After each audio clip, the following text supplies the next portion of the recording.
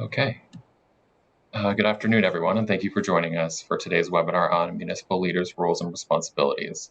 My name is Adam Brome, and I'm an Administrative Coordinator with SARM. We're going to start off today's webinar with a brief introduction to the Adobe Connect platform. We will then transition into addresses from both the President of SARM and Vice President of RMAA. Each of the following sessions will include presentations from various speakers, followed by a brief Q&A as time permitting. This webinar will be recorded, and a copy of the recording will be available on our website under the webinars page following today's session. The chat is located right on the right side of your webinar window and is visible to all webinar participants and facilitators. You can use this to connect with other attendees, bring any technical difficulties to the host's attention for troubleshooting, or to provide any other general comments and or feedback. And also to maximize your audio and video quality during today's webinar, please either join through Google Chrome or the Adobe Connect desktop app. If you're joining on your mobile device, please make sure to download the app for a better experience. There's a dedicated question and answer box labeled Q&A, which is located right underneath the chat box. This is where you can submit any questions that you may have regarding the webinar content throughout today's sessions. Please do not submit any questions through the chat box. If we run out of time before your question has been asked during the Q&A sessions, our presenters will follow up with you directly offline following the webinar. There will be copies of today's presentations available for download during the Q&A portions of each session next to the chat box. Please let me know in the chat if you're unable to download the files, and I will email them to you directly. And also, if you're attending this session as a group today, please just quickly send an email to coordinator@sarm.ca letting us know who is in attendance from your RM. And again, if you're experiencing any technical difficulties today, please let us know in the chat box and we will do our best to troubleshoot. And now, without further ado, I will hand it over to Dustin Resch, SARM's Manager of Programs, who will be moderating today's event. Hi, everyone, and thank you so much, Adam, for the introduction and the technical overview. Webinars are of course, the way of the season these days, and so we're getting used to them. Sometimes there's still troubles that show up, and so super glad to have Adam there to help us sort through. As Adam mentioned, my name is Dustin Resch. I'm the Manager of Programs at SARM, and I have the privilege of hosting today's Municipal Leaders' Roles and Responsibilities workshop, which is part of the much broader Municipal Leaders Development Program. Really excited about the lineup of speakers and sessions that we have today. But before we begin, we have some pre-recorded remarks from SARM's president, Ray Orb. Ray, as you probably know, continues to run his own mixed farm. He's also the Reeve of the RM of QPAR and has been on the SARM board for 16 years. Following Ray's presentation, we also have a presentation from Sheila Kaisig. Sheila is Vice President of the Rural Administrators Association. She's the administrator for the RM of Tulimet number 216 and has served on the RMAA board since 2013. And so with that, we'll transition over to Ray's comments and follow up directly with Sheila's comments.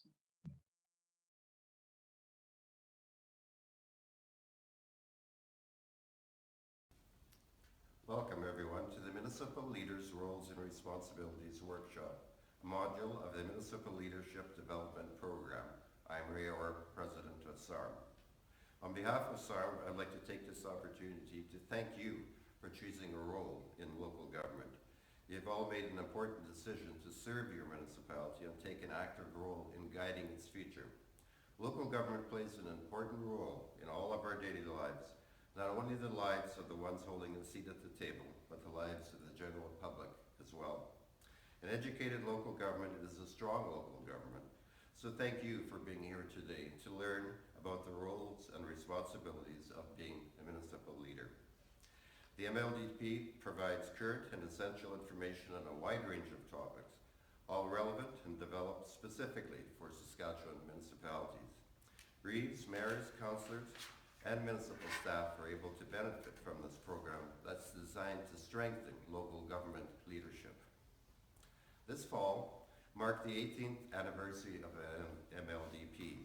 The first modules rolled out in October of 2003, and since that time there have been over 416 MLDP workshops with over 5,400 municipal leaders attending one or more modules. Today's workshop is just one of 6 currently offered. On the NMLT website, you will be able to review all the modules available through the program. MLDP modules are offered in various formats, including online and virtual, throughout this extended season of the pandemic. Soon we hope to offer, once again, select modules in person in conjunction with both the SUMA and SARM annual conventions. I encourage you to take the modules. They will benefit you as a member of local government. Lisa Shirley, the program administrator, is on the webinar this afternoon. Please contact her by email or telephone if you have any questions or would like to discuss the program with her. Her email address and telephone number will be listed in the chat. In recognition of your attendance at this workshop, each of you will receive a certificate of completion and credit in the program. The certificates will be emailed directly to you. Today's session will conclude at 4:30, and I hope that you'll find it worthwhile and information useful. I want to thank our presenters and everyone for joining us today. We hope you'll attend another MLDP session soon. Our next speaker is Sheila Kiesik, the Vice President of the Rural Municipal Administrators Association. Sheila is also the administrator of the RM of Telemet number 216.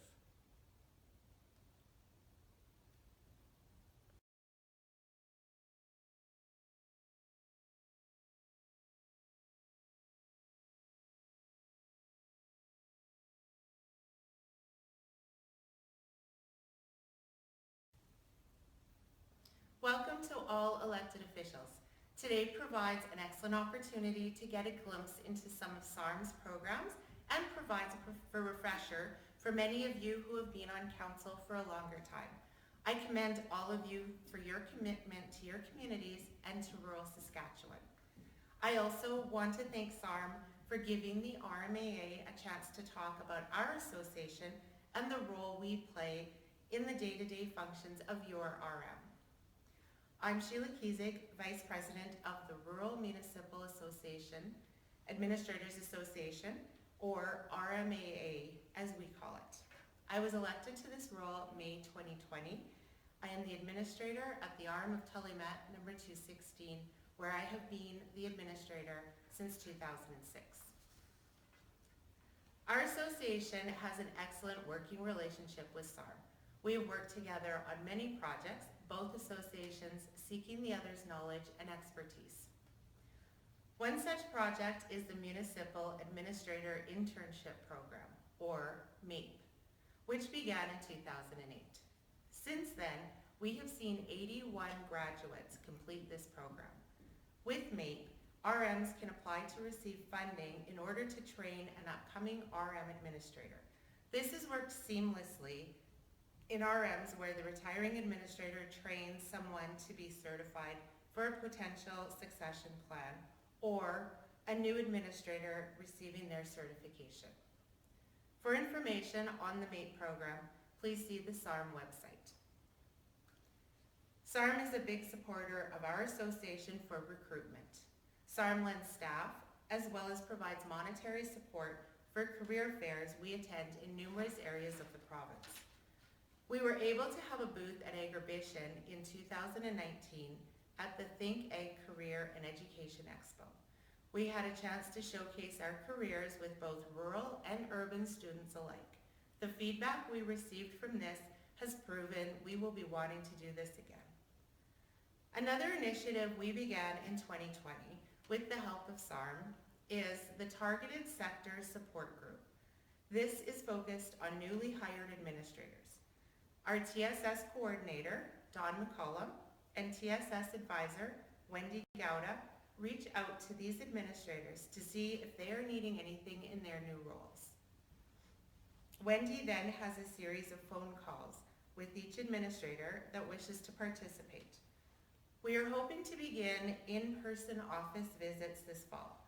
The feedback from this has been overwhelming, and we are hoping the pilot project turns into an everyday tool that we can use, as well as council, which you would greatly benefit from. Annually, we meet with SARM to discuss salary negotiations. SARM has endorsed this schedule continually for many years, but it also must be mentioned that this salary is based upon your average RM. The salary schedule is negotiated in an open and honest atmosphere between the RMAA and SARM.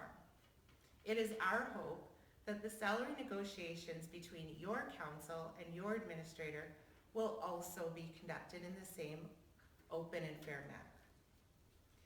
Another unique part of our relationship with SARM is that SARM's president has a place on our board as the ex officio director, and in turn, our president sits on the SARM board as the ex officio director.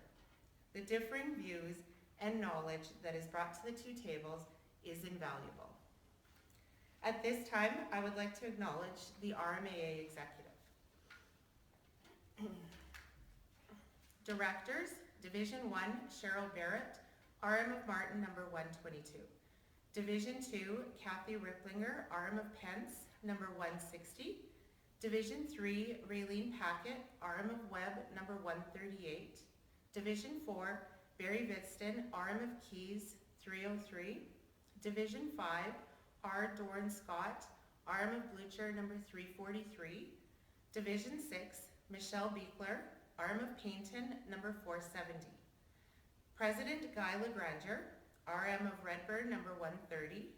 Past President Wendy Gouda. Director ex officio and President of SARM, Ray Orb, Reeve of QPAR, number 218. Our Executive Director and the key person in the operation for our organization is Rose Zimmer, RM of Wolseley, number 155, and myself, Vice President.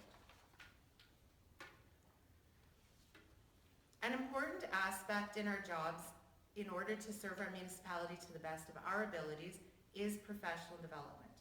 The RMAA is committed to ongoing education and professional development. Our bylaw requires all administrators working in an RM office to acquire a minimum number of credit hours of professional development each year. These credit hours are earned by attending various conventions, workshops, and seminars.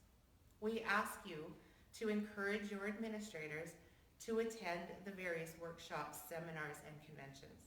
Members of council, as well as your ratepayers, will benefit from this. I want to touch briefly on certification for rural administrators. Provincial statute requires that the administrator certification is a legislated prerequisite for employment with an RM. Administrators must be a member in good standing of the RMAA in order to work by obtaining the proper certification. To receive a certificate, the person must meet the specified educational and training requirements. The Rural Board of Examiners is made up of a representative from SARM, currently Vice President Bill Huber, a representative from the RMAA, myself, and a representative jointly appointed by SARM and the RMAA, which is the Board of Examiners Secretary, currently Jill Palichuk from the RM of Vanscoy, number 345. There are three types of certification available for an RM administrator. Class C, which is the entry-level certificate, Class A, and Superior A. Each of these levels require a different set of education and experience criteria. So, what is an administrator? What comes to your mind when hearing that word? One that comes to mind is advisor. We advise council on current legislation, grant parameters and criteria, as well as policies and bylaws. Please know, we do not make these rules ourselves, nor do we wish to sway your decisions in any way. We are only advising you. What you do with the tools we present you is a council decision. This decision, whether you as a council member voted in favor or against, is still a council decision, and it is your duty to uphold and act upon it. Why do we do it? Well, personally, I like the ever-changing tasks. Nothing stays the same. There isn't really any monotony in our jobs. While I can't speak for my colleagues, one reason for me is the satisfaction that I'm helping make my community a better place. That community feeling that a person gets from placing roots, growing those roots, and maintaining those roots is likely the best feeling in the world. My husband's great-grandfather settled here in 1903. This is where we raised our family, and where I hope my kids will come back to raise their families one day. We have all had challenges when dealing with so many different personalities, and each time we learn from these people. I've worked with 2 Reeves in my career and consider myself so fortunate for both of them. Although very different people, they both have qualities that make them proven leaders. But the ones that stick out in my mind for municipal government is fairness and respect. I've watched both of them sit and listen to the issue in full, weigh all options, ask questions, and still be able to present to council in a fair, non-judgmental manner for council to discuss together. I have learned so much from the both of them, which I feel has made me a better administrator. The resources that SARM, RMAA, and Government Relations have for newly elected council members is readily available and are excellent tools for you to use in your new capacity. I encourage all council members to ask questions to your administrators. We love nothing more than to talk about our jobs.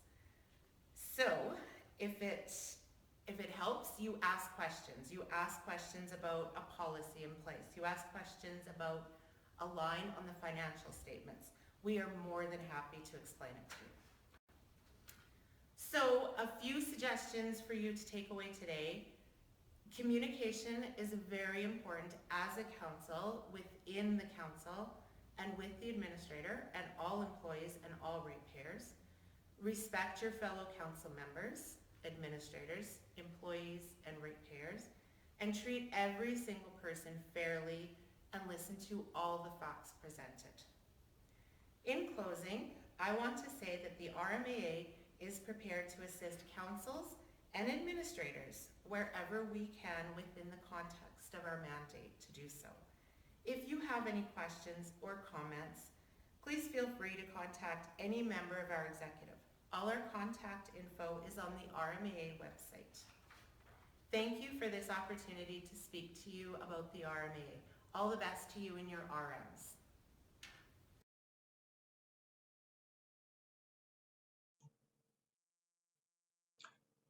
I'm grateful to hear from President Ray and Vice President Sheila. Our first session will begin momentarily. It's municipal roles and responsibilities with Judy Kanak. Judy served as an RM administrator for over 30 years and then joined the Ministry of Government Relations in 2017. Judy's now the Manager of Advisory Services in the Ministry of Government Relations. And so, Judy, we welcome you here and look forward to what you have to share with us today. All right, thank you very much, Dustin. And thank you to SARM for offering the opportunity to participate in this session of the MLDP, which is Module 1, Municipal Roles and Responsibilities. Congratulations to all the council members that were newly elected a year ago. I'm sure that you've already found that your first year on council has been very interesting and challenging, but I hope it's also been rewarding for you. Next slide, please.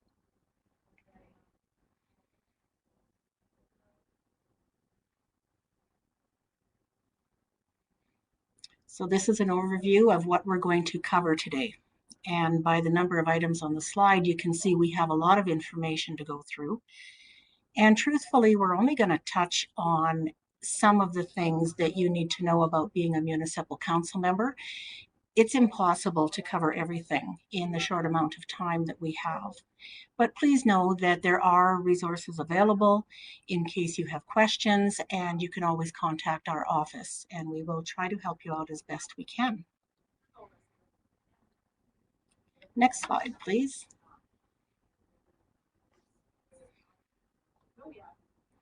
So this is one of my favorite slides in this presentation. There are 4 top things for you to remember throughout your term of office. Number 1, municipalities are a level of government. And in that, they've got a considerable amount of independence to govern their jurisdiction. The Municipalities Act, as well as other pieces of legislation, explains just what that jurisdiction is. And the Act expects that municipalities will act responsibly, as any level of government obviously should. The provincial government has very limited authority to intervene in local government affairs. So yes, there have been a few occasions where the province has intervened, but those are very high-profile cases, and I think in most cases, municipalities don't want that type of notoriety. Number 2, councils are required to conduct their business in an open and transparent manner. Your council meetings can be attended by the public any time, and that includes through a pandemic, this COVID-19 situation that we've got happening.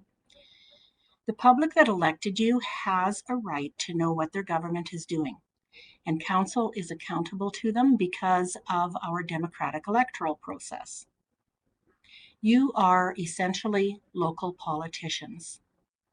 There are a few exceptions to the open and transparent rules, such as the ability to hold closed sessions.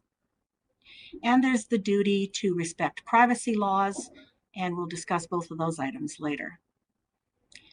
Number 3, council members are part of a team. No individual council member, including the Reeve, has the authority to make any decision alone. Each council member is just one member of a team, which means the team collectively works together to make decisions for the entire municipality. And finally, number 4, resolution, resolution, resolution. This is the only way decisions can be made. And the only way to obtain a resolution is by passing one at a properly called council meeting. Next slide, please.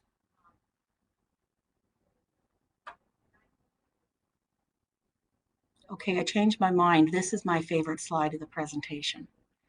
I wanted to share this graphic with you early in this presentation because I think it's really important to understand how trust is the foundation of any effective relationship. If council members understand how trust works, you'll have a successful team, you'll have a successful term of office, and your team will be respected. So everyone starts with a stranger level of trust, and that's represented on this graphic by the horizontal line. As you get to know a person, the trust builds, which you'll see on the left-hand side. When that trust is broken by whatever action might be taken, or perhaps by a decision of council, don't assume that the trust will automatically return to the stranger level of trust or the horizontal line, which is where you started, if you recall. In fact, it does not, because so much time and effort was put initially into the building of that trust by both parties. So when it's broken, it drops below the level, the stranger level of trust, usually because of shock or disappointment. Sometimes it falls far below that line. Rebuilding trust takes substantially longer than the initial building of trust. This is because when the trust is broken, people are hesitant and they're reluctant to give others the benefit of the doubt, like they would if the trust was high. So the beauty of this graphic is that the concept also relates well to the relationship that council has with the public, and it demonstrates how important the public's trust is in their local government's leadership. Next slide, please. Let's look at what the purpose of a municipality is. First of all, good government, which is making decisions that affect everyone in the municipality. People want services and they want facilities. So as part of your job, you have to determine what is needed versus what is wanted. and then figure out how to resource those services and facilities. People want communities that are safe, obviously. And of course, you will want a municipality that is viable beyond just your term of office. And lastly, a municipality has a responsibility to safeguard and maintain its infrastructure and its public assets. Next slide, please.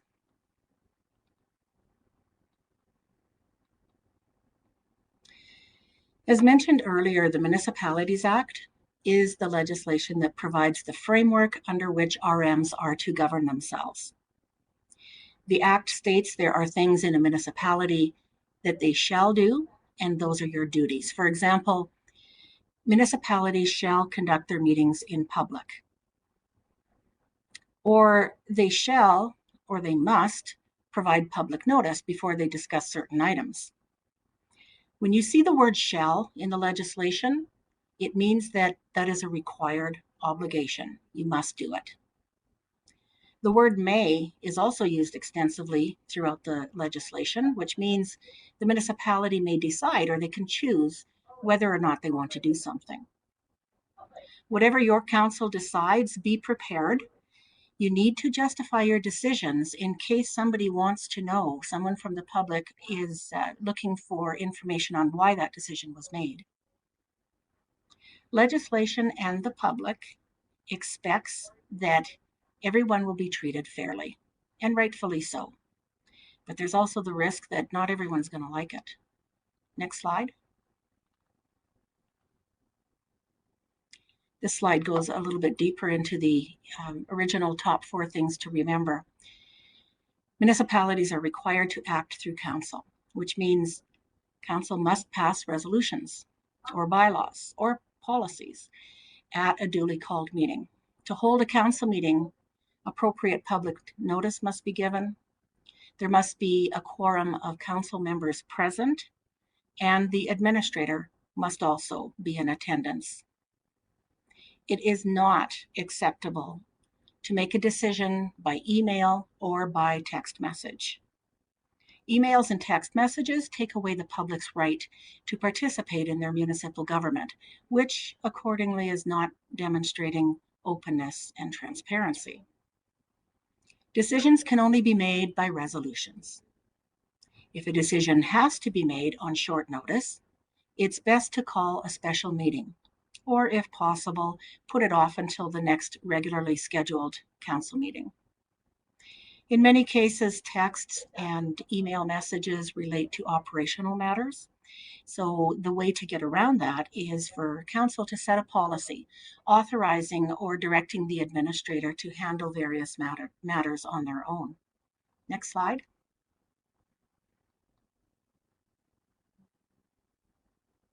So what is an oath or affirmation of office? This is a prescribed form that you should have all signed prior to your very first meeting after being elected. And what I mean by prescribed is it's a form, a very specific form that is provided for in the legislation. Any member of council who refuses to sign this oath of office has no right to participate in council debate or in decisions. Next slide.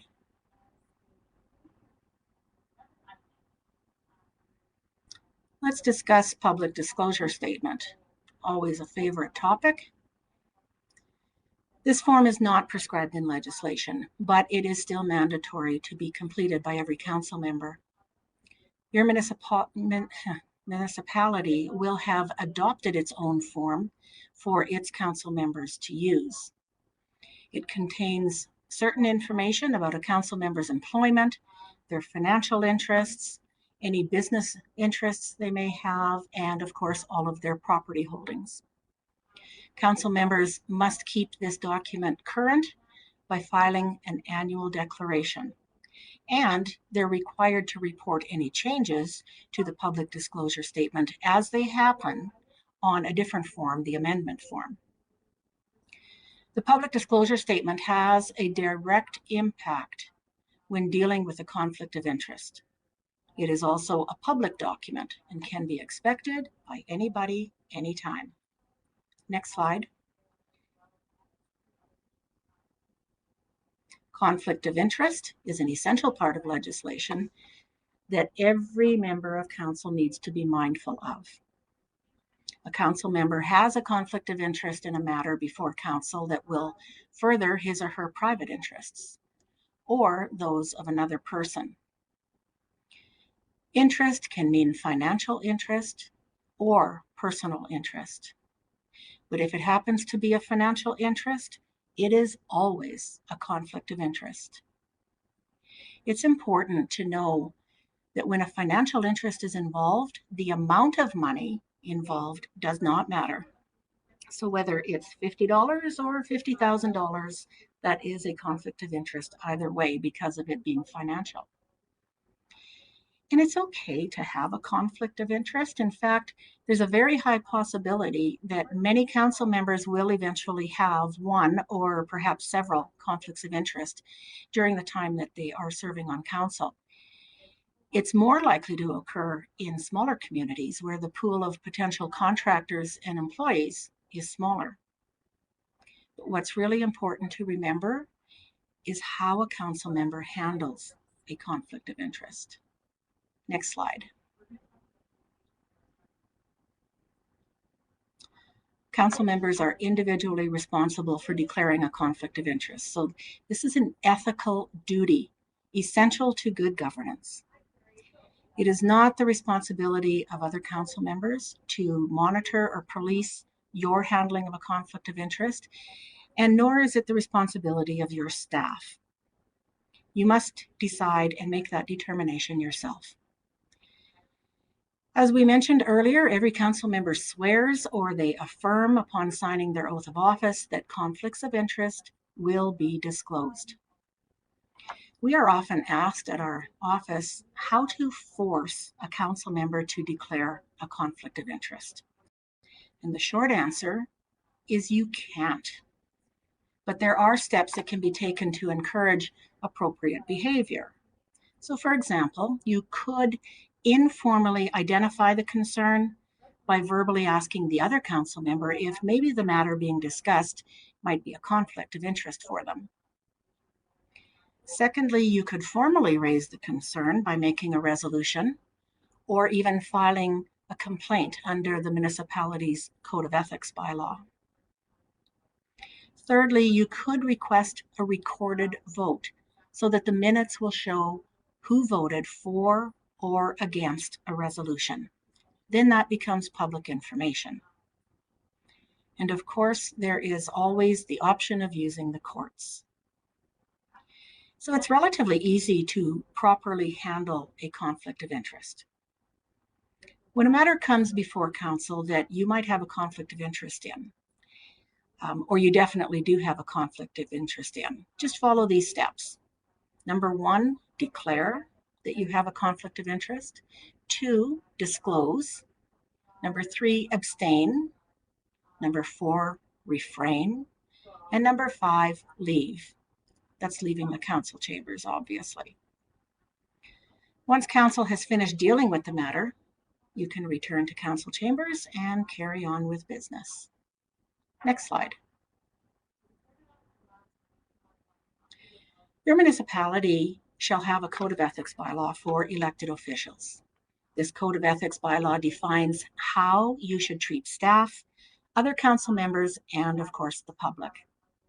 It talks about honesty, which means council members must be truthful and open. It talks about objectivity, which is making decisions carefully, fairly, and impartially. It talks about respect. And again, that's for everyone, including other council members, the staff, and the public.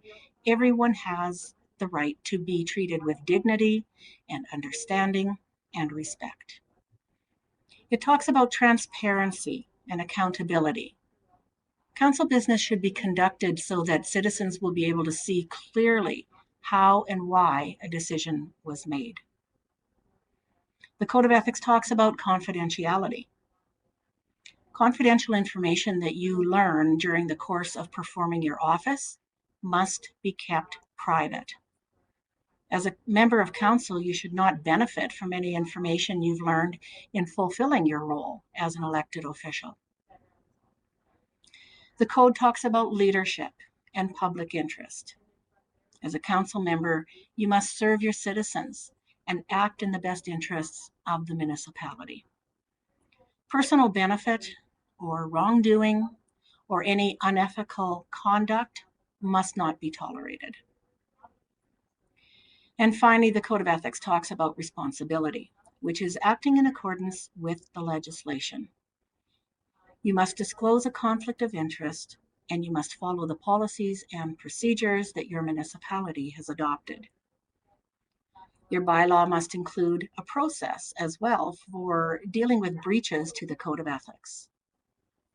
It should also include possible remedial actions required of a council member who has violated the Code of Ethics bylaw. Some possibilities for remedial actions might be to apologize or perhaps to take training. If you haven't already noticed, there is a very close relationship amongst the recent topics we've covered: the oath of office, public disclosure statements, conflict of interest, and code of ethics. It's all about being open and transparent. And I can't stress enough how important these items are, because they are the subject of most of the phone calls that we receive in our advisory services branch. Next slide. So this slide shows an example of what your municipality's organizational chart might look like. So except for stating that council is accountable to the voters and that council must appoint an administrator, legislation doesn't describe how your municipality sets up their organizational structure. The key thing to remember here is communication. When everyone understands their role, the municipality is more likely to function properly, smoothly, and successfully.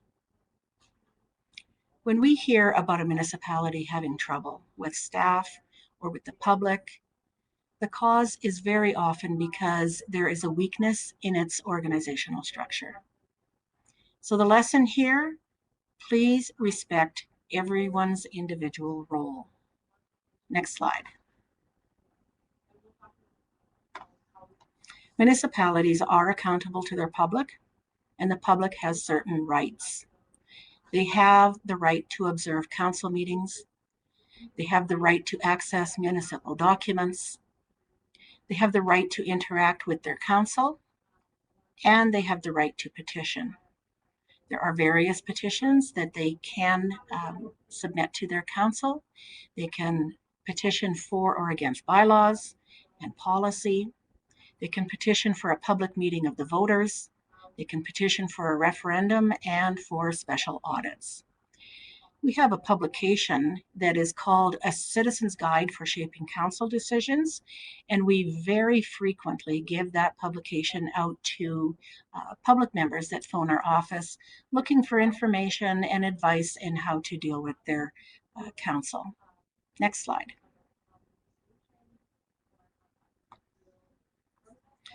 So let's talk about the role of elected officials and what the general duties are of all council members, including the Reeve. So all council members have a duty to represent the public in their best interests. They are required to participate in developing policies, programs, and services. They should be participating in the meetings. They should ensure administrative practices and procedures are in place. They must keep private matters confidential and maintain the municipality's financial integrity. So what are the duties of the Reeve? Well, they're actually very, very limited. The Act states that the Reeve will chair council meetings. The Reeve has the ability to call special council meetings just on his or her own, I should say. And the Reeve is the head as defined under LaFoIP, which stands for the Local Authority, Freedom of Information and Protection of Privacy Act. Next slide. Actually, I'm going to ask Adam, can you just go back? Yeah, leave it on this general duties. One more important piece of information that's not on this slide. Elected officials should not involve themselves in the day-to-day operations of the municipality. Council members cannot be employees of the municipality, nor can they act as an employee. Council members are decision makers. They are policy makers. The council are not the action takers. Leave that to leave the operations up to your staff. They will implement the day-to-day operations based on direction that was created by resolution of council, direction from council. And this is another important reason why municipalities should have an organizational chart. Next slide now, please.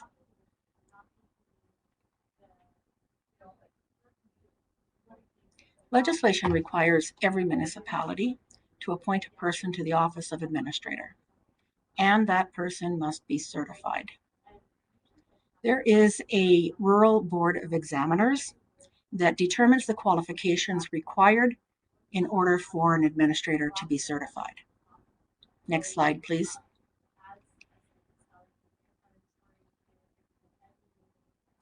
Your municipality may need to provide public notice to the public before council discusses certain matters.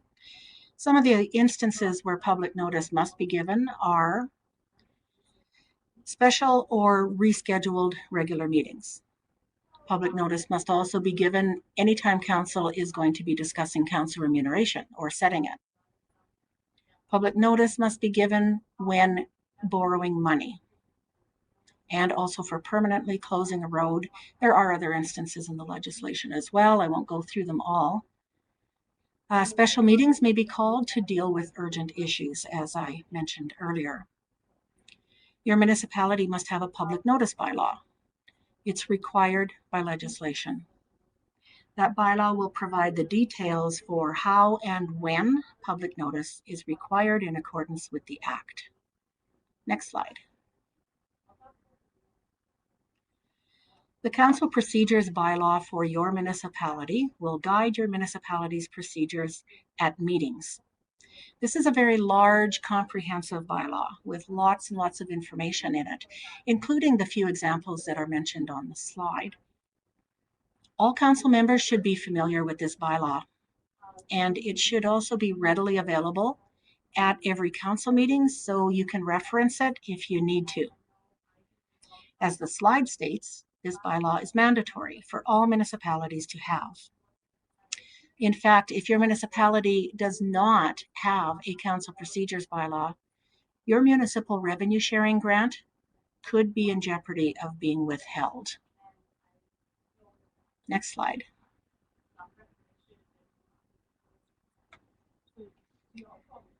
So with certain exceptions, all council meetings are open to the public, which means anybody and everybody can attend your meetings, even non-ratepayers. People have the right to watch their local government in action, as long as they behave. Now, that being said, this also means that anything discussed in a regular session of council is public information that can be discussed outside the council meeting. This relates back to the earlier slides about the top 4 things to remember and being open and transparent, and also the trust graphic slide that we looked at. The more open and transparent that council is, the fewer problems you will have with public trust. If the public wishes to address council or to speak with them, they can ask the administrator to be a delegate following the procedures that will be outlined in your council procedures bylaw. Some municipalities also have annual ratepayers meetings.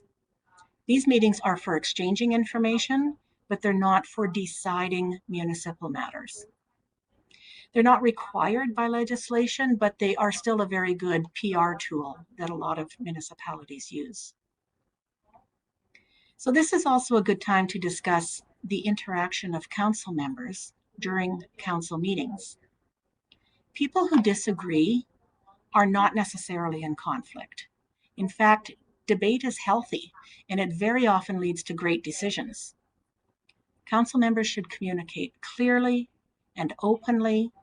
They should provide input and respect the input of others. They should focus on the facts and confront conflict early instead of allowing it to fester and snowball.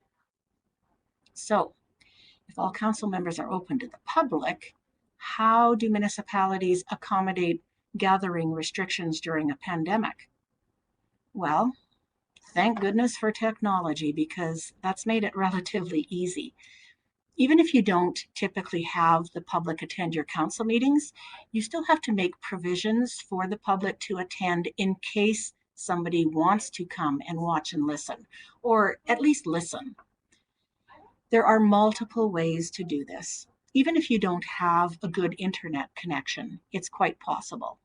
So some examples are moving to a larger location to accommodate physical distancing. You can have telephone conferencing calls. You can live stream to social media. And of course, you could use video conferencing platforms such as Adobe Connect or Zoom, WebEx, Skype. There's a ton of them out there that can be adopted. It may take a little practice to get comfortable with it, but it really isn't very difficult. I know the interaction using technology isn't quite the same, but it also has its benefits, like allowing anyone to join from almost anywhere. And what about the time saving in not having to travel? Just be mindful that any current public health orders must also be followed. Next slide.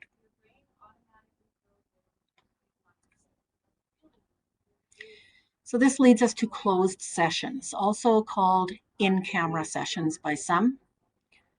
Council has the ability to close all or a portion of their meetings to the public, but please be careful how you use them and use them sparingly. Closed meetings can lead to a lot of assumptions by your ratepayers, including suspicion. This does not help improve the building of trust. And while confidentiality is important to good governance, secrecy will definitely weaken it. Now, that being said, sometimes there are some sensitive matters that must be deliberated by council in a closed session. Council has a duty to protect personal information and some private matters. And those are the reasons you would go into a closed session. Things like staff hiring or performance evaluation, handling of code of ethics complaints would be done in closed sessions, and dealing with legal issues. Next slide. I mentioned at the very beginning of this presentation that there are many resources available. These resources are for council members and administration staff. First, we have the Municipal Peer Network, which connects municipal officials and administrators with highly experienced mentors who can provide advice and help resolve disputes. The mentors are trained in coaching, communication, facilitation, and dispute resolution. They can be reached by phone or met with in person. All conversations will be confidential and they are free of charge. If you visit their website, you will find contact information for the various mentors that are currently participating in the program. Then there are the 10-minute trainers. This is a free online training tool that is to help expand the knowledge of counselors and administrators. Each module includes short videos and questions that are designed to engage the entire council in discussions.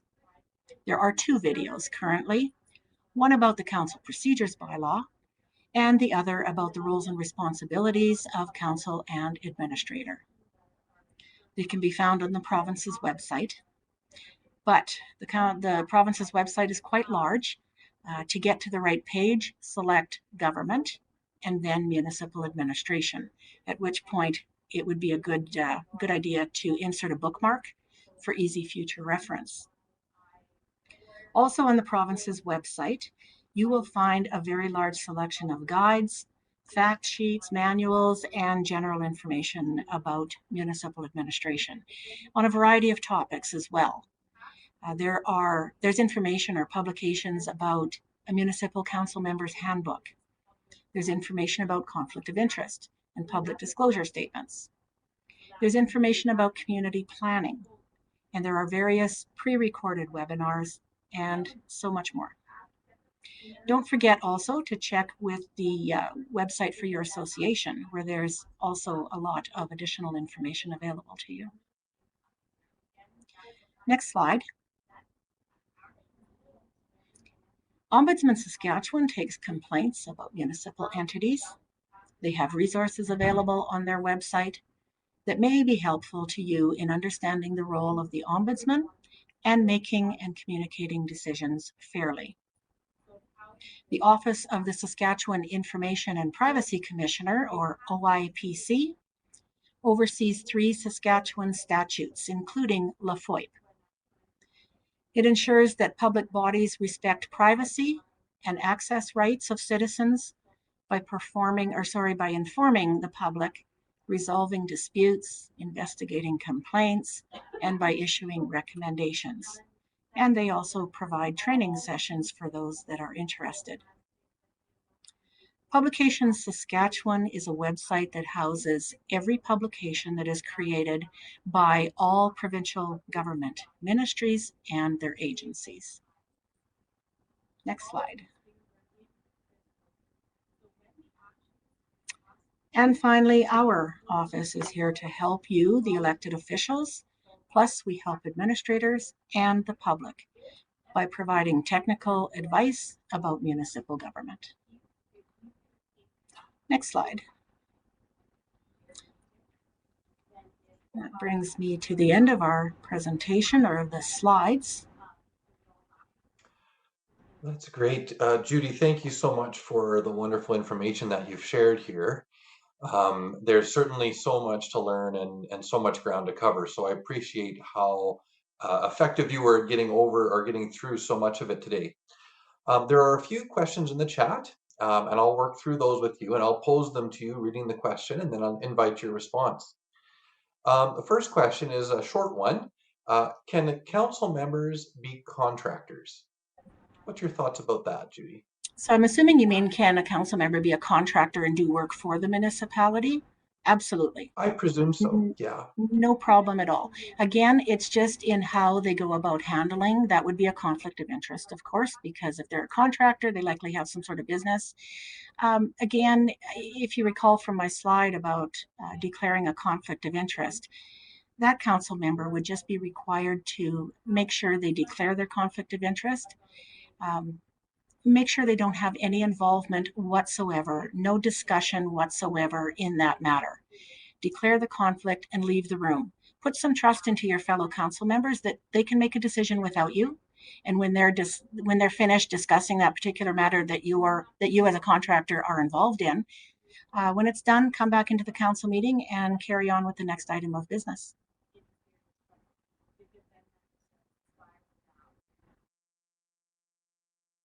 Here, and I should mention, I won't read the names of the folks who submitted the questions, so that way they can submit questions in confidence. The second question is about conflict of interest, and it's there's a fair bit to it, so I'll read through it, and if we need to go back and summarize, I'll do that. The question goes like this. Where does one draw the line with conflict of interest? For example, if council is deciding to improve an important road in the RM, most councillors, maybe all, as well as the general public, could benefit financially from an improved road because of better transportation. I assume this is not a conflict of interest, but somewhere along the way between obvious personal financial gain and gain by a portion or all of the public, including the councillor, is there a line, and how does a councillor determine that? That's very difficult. And there's so many factors that could come into play for every single situation. It could be different in every situation. I think what I would recommend in this situation is for the council member to stop and think about whether there's any person, any public person out there that might believe that council member has a conflict of interest. And why not take the high road? Declare the conflict and get out of the discussion and come back in when it's over and done with, being discussed by the rest of council. Then you know for certain that you've handled it correctly and nobody can accuse you of having a conflict of interest. So perception is really huge in today's world.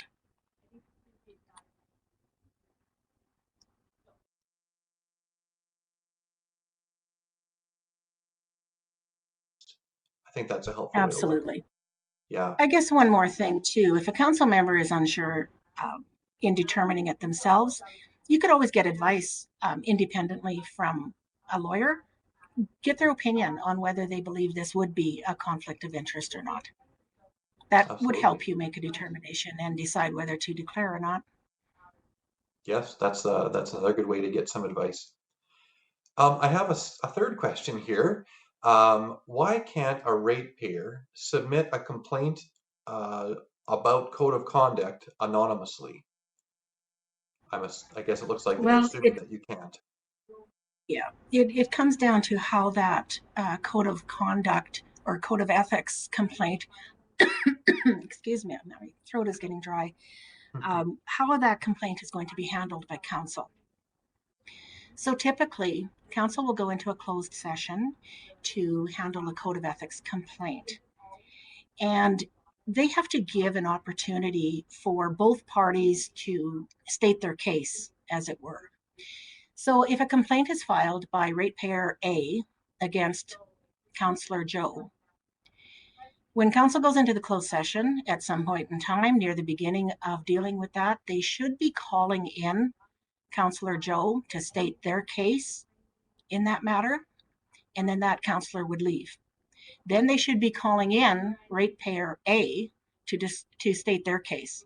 And it's to provide council with additional information to decide how they're going to handle that code of ethics complaint.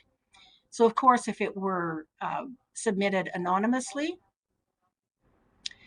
it's probably not going to benefit the person that filed the complaint, because they wouldn't be giving that additional opportunity to provide more information in which council can use to deal with the complaint and come to a decision.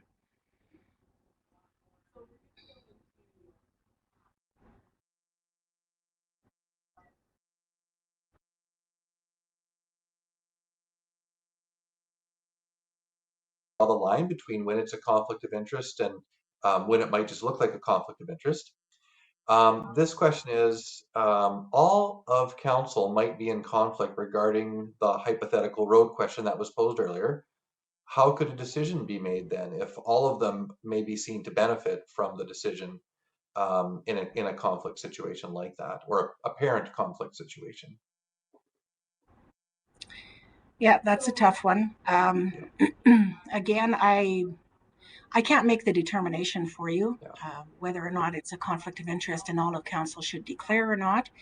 But there is also the opportunity that if the council members believe they truly do have a conflict of interest and make the declaration, if you get down to only one person, say, or less, sitting on council with no conflict of interest declared, you do have an opportunity to go to the courts and ask a judge to make a determination about the conflict of interest issue in that matter. That's helpful. A little bit back to our conversation around code of conduct. Another question's come in. When is an employee's responsibility, or pardon me, what is an employee's responsibility when it comes to informing council that a code of ethics breach has been broken? For example, free work being done for a council member. It's up to the employee. If they want to file a code of ethics complaint for a code of ethics breach, they certainly have the right to do so. Of course, they will have to determine their own relationship with council and how that might play out in the long run. But that's a decision they're going to have to make themselves. Great, helpful. Okay, well, at the present time, I don't have any more questions in the chat. I had some pre-prepared questions that wouldn't mind getting your input on there, Judy. Sure. So we talked a lot about risks, right? Things that could go wrong in a council, the conflict of interest, breach of code of conduct. When you look at really effective municipal councils, what are some qualities that you see among them? What's common about those councils that are really effective in their jobs? Fairness. Fairness to everybody. Everybody's treated properly and with respect. You know, the calls that we receive in our office are never from those councils or administrators that call up to say, we have a great municipality here. Council are all wonderful and great. Everybody gets along. There are no problems in our municipality whatsoever. I actually wish we could hear more of those types of situations. Unfortunately, the calls that we get are always from people that have issues or concerns or problems in their municipality. And I think, as I said in the slide presentation, the far majority of our calls has to do with code of ethics breaches and conflict of interest, non-declaration of conflict of interest. So a lot of municipalities overlook or minimalize the importance of conflict of interest and code of ethics, when in fact it's one of the most important, if not the most important, aspect of being a council member and being an effective council member.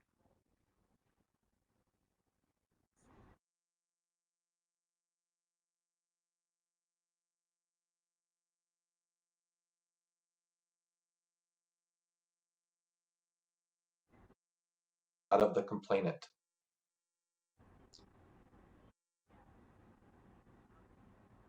I guess maybe the person is asking. Yeah. Yeah, I was just trying to get that clarified in my mind as well. So is everything that is discussed, I suppose, in the closed session considered to be private information? Absolutely. Absolutely it is. You don't take minutes during a closed session. You don't make decisions during a council or during a closed session. Everything that is discussed must remain confidential. When the closed session is over, and if there is a decision required as a result of the discussions that took place in that closed session, you end the closed session, you go back into a regular session of council, and then you make a resolution dealing with the matter that was discussed in the closed session. Okay, that's pretty comprehensive. That's so one more question for you perhaps here. So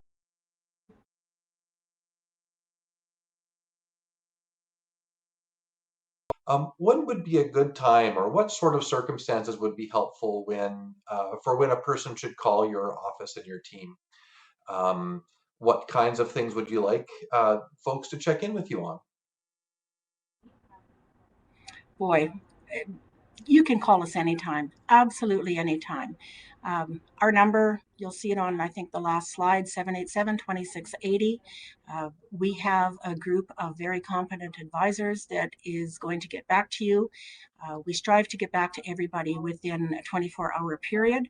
There are, of course, ebbs and flows in the number of inquiries that we receive all the time and at various times of the year, depending on what things are going on at the time. But we promise we will get back to you and help you to the best of our ability. We like to keep everybody knowledgeable, particularly with the technical advice that's in the legislation. Council members often don't truly understand what the legislation is about. They don't understand that that's their Bible that they need to use under which to govern themselves. And it's a big document. It's a very, very large publication. And of course, it's written in legalese, which is sometimes difficult to understand. So that's where we come in. Anytime you have a question, please give us a call. You'll probably have to leave a message on our phone line, but somebody will definitely get back to you. And also, just so you know, our calls are all confidential. The bulk of our calls come from administrators. Secondly, the next most bulk of our calls is from the public, but we welcome calls from anybody, including council members. That's great. That's a wonderful resource, and thanks to you and your team for providing that to the public. Another question's come in here. What response can council have if a councillor after a meeting gives out false information? So that's a bit of a a tricky one to figure out here because there might be a situation behind that question. Do you have some general sense about what you might say to it?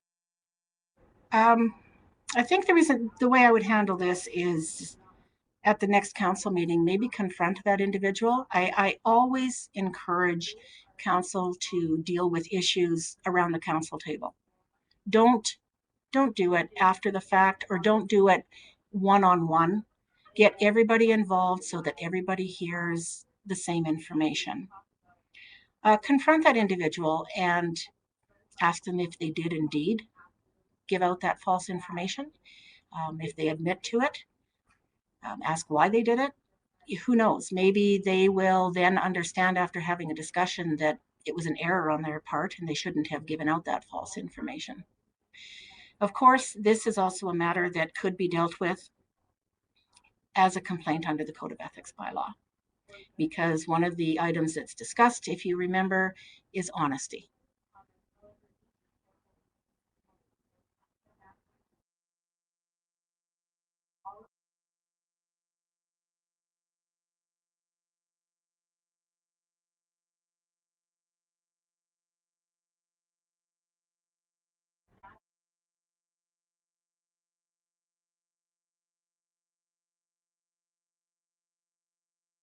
Training or learning that you'd want to recommend for those folks?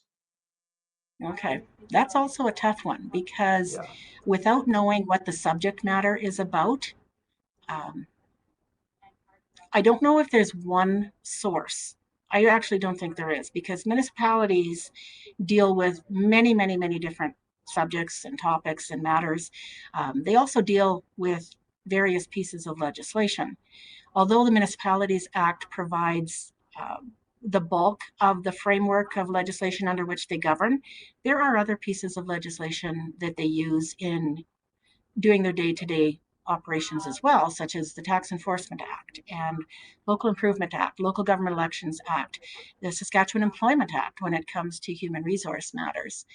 There's so many different pieces of legislation that may come into play. Planning and Development Act. So as long as you're patient and don't mind having to make perhaps a few calls, if you don't know exactly where to go with your question, we will help you, not necessarily with answering your question, but once we determine what your question is about, if it's not us that can answer your question, we usually will have a resource or be able to point you in the right direction and tell you either where to call within our ministry, because of course we have several different branches, including planning and development, which we get a lot of questions on, and we unfortunately have to end up redirecting those calls to our planning branch for their expertise in answering. So give us a call if you can't figure it out on your own. Maybe your administrator will know as well. Your administrator is a wonderful resource for knowing who the appropriate contacts are for different matters. So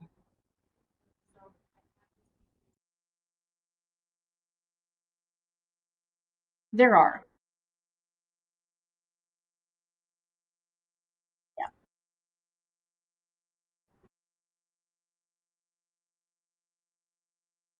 absolutely. I'm sure that SARM probably gets a lot of the same questions. They're not sure where to go.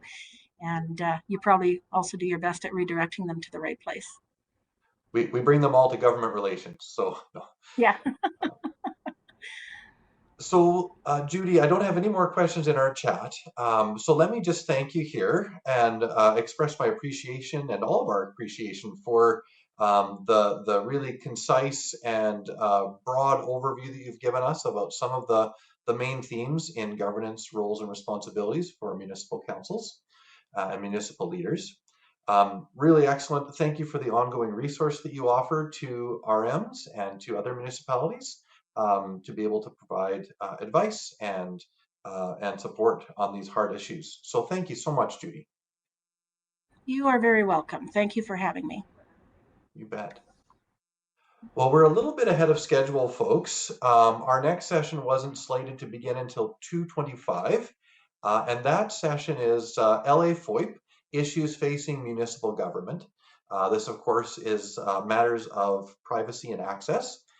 We have a wonderful panel lined up ahead of us here. So I believe our presenters and our panel are on the line, hoping that they could maybe begin a little bit early today. So maybe what we'll do is we'll take a 2 or 3 minute break.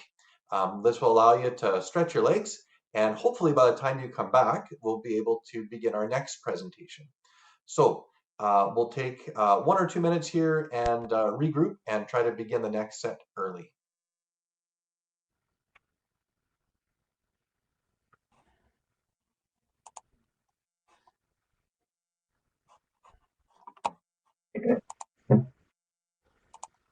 I'm here. Can you hear me?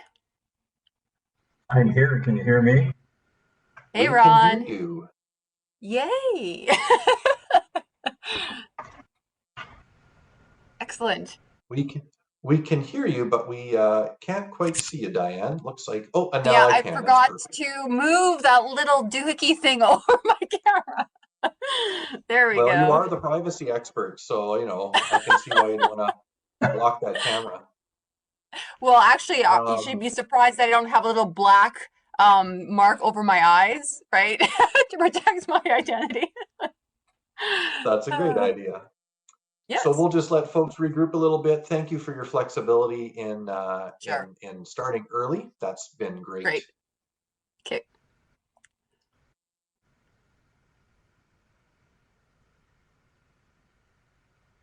Nope.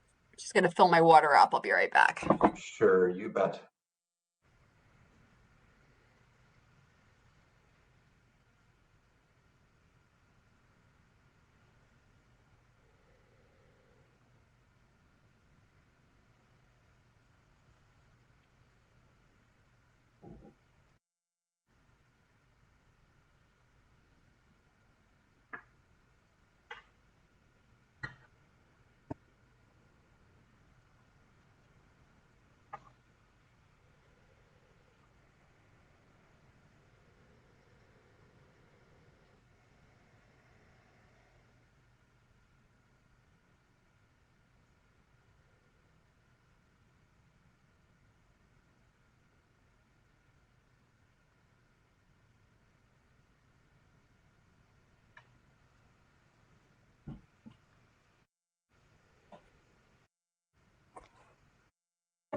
Okay.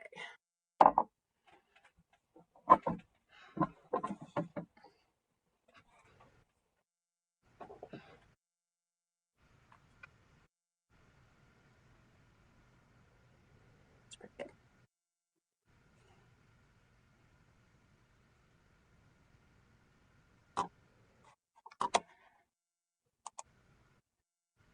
Oh, good. I can control the slides, so that's good. There we go. Hi, I see we Judy. have Judy's back and Hello, Ron is how's on. everybody? Good.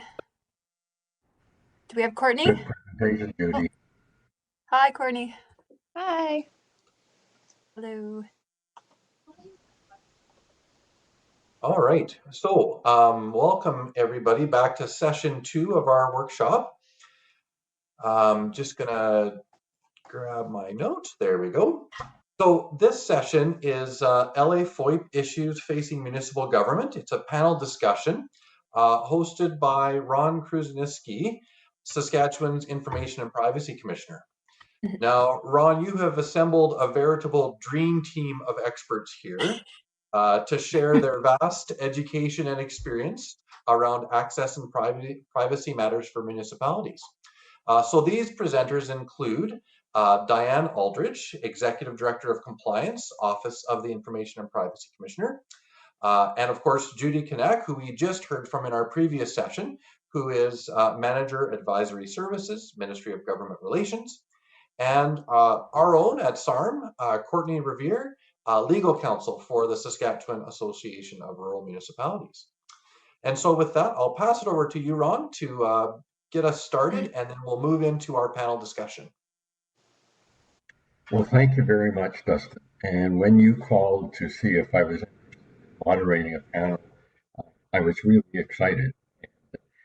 I'm glad we're here today and able to present to participants of this webinar.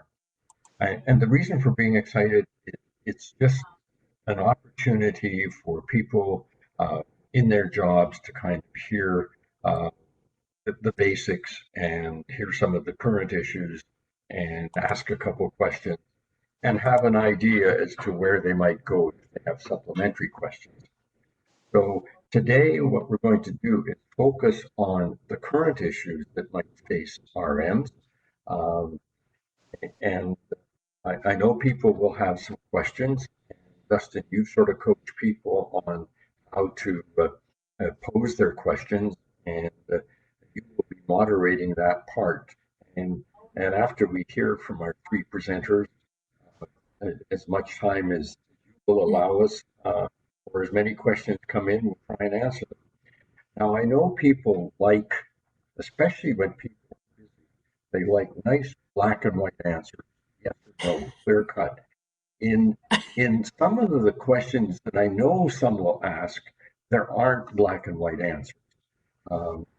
Sometimes we can't give a black and white answer. Number one, we probably don't know all the facts. There's probably more background than can be shared in a webinar like this.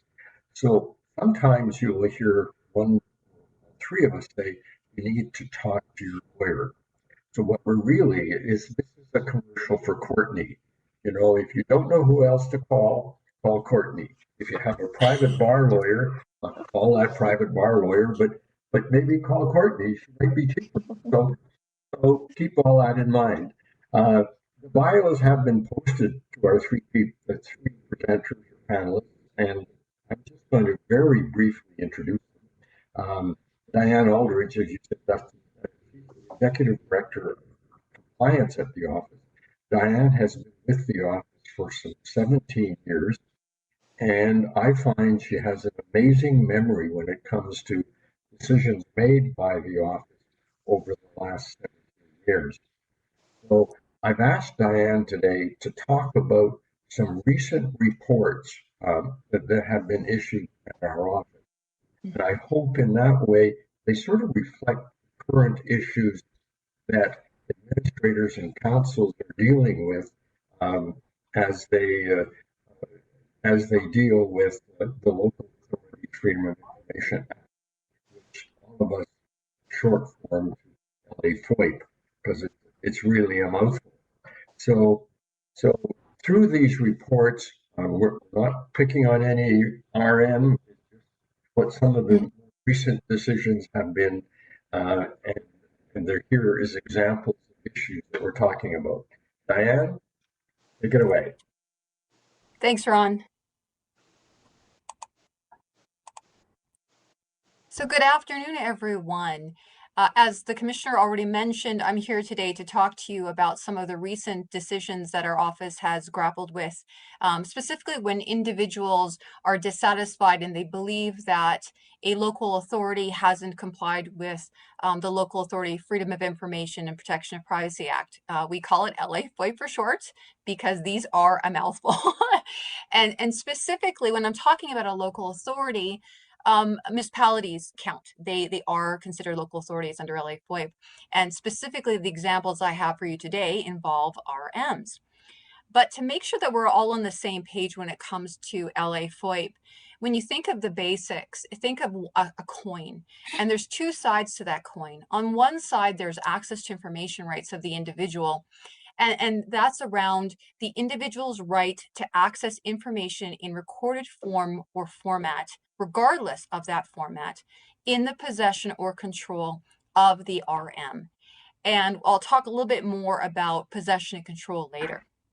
And then on the other side is specifically privacy, but it is personal information, the information about you, me, everyone else, ratepayers, people that you're providing services for, and you have that information, and maybe the individual's not happy about how you've collected, used, or disclosed that. So maybe they believe there's been a privacy breach.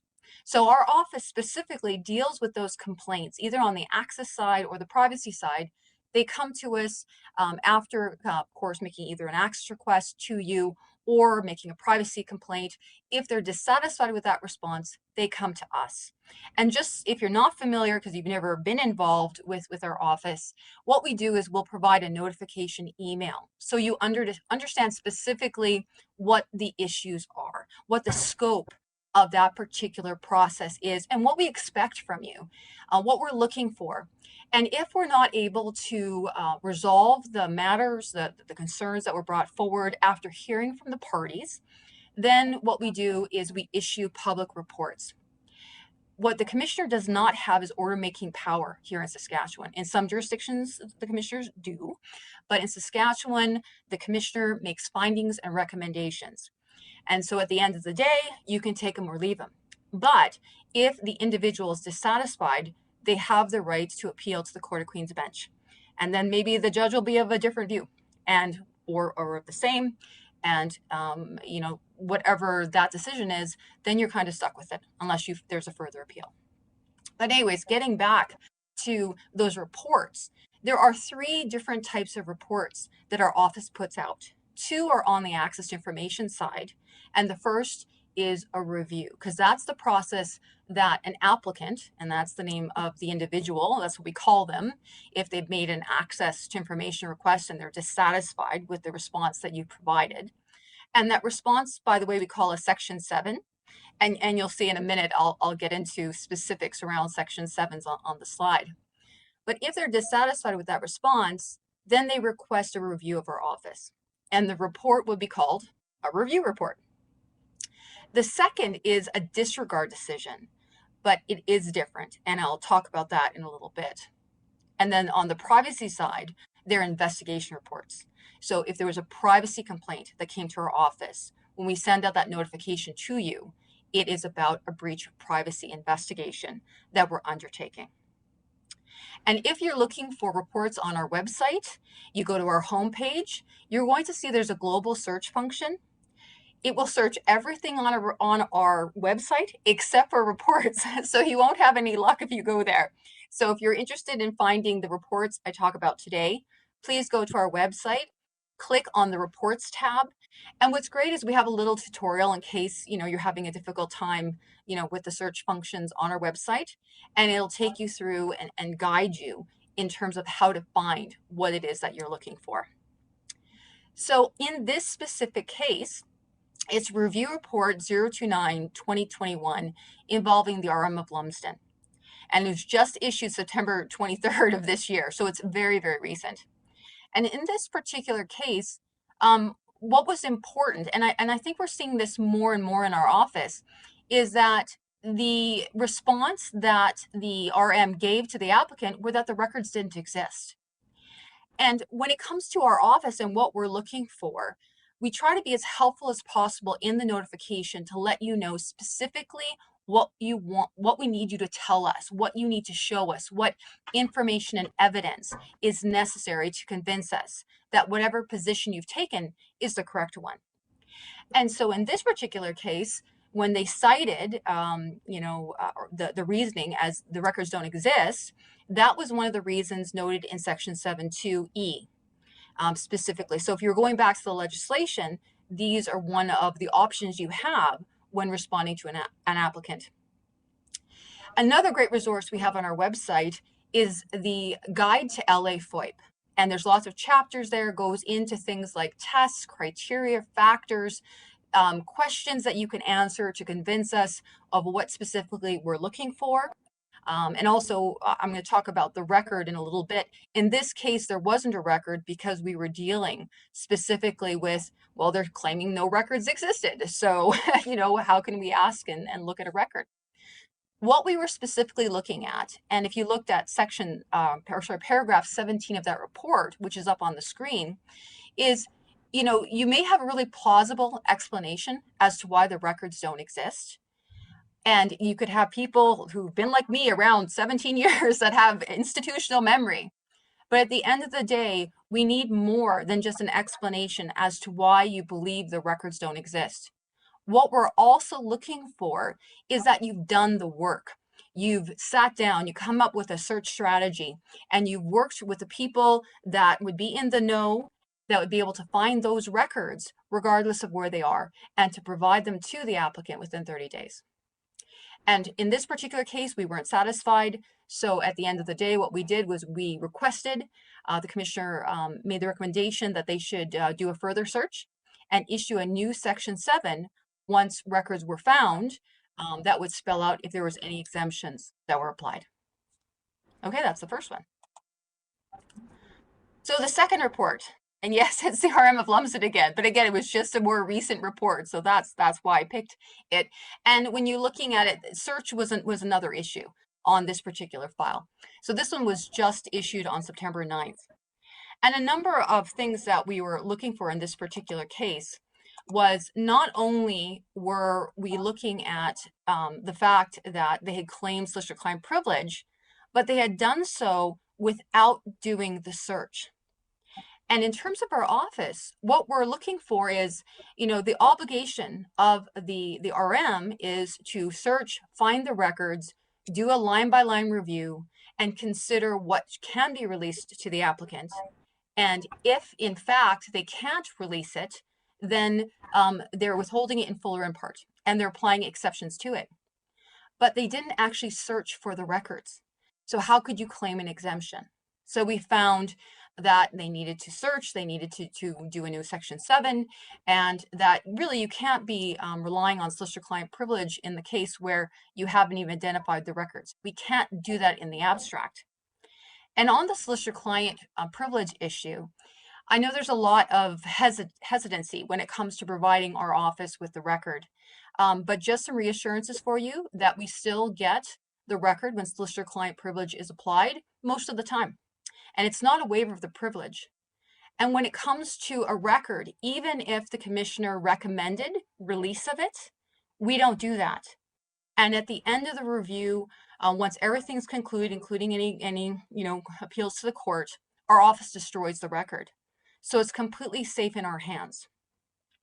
But there is an alternative that we offer in our rules of procedure, and we talk about in the notification, which is in the case where you're just not comfortable providing the record to our office, well, maybe provide that severed copy that still shows some information that can be helpful to us, because we still have to assess to see whether or not we're satisfied solicitor-client privilege does apply.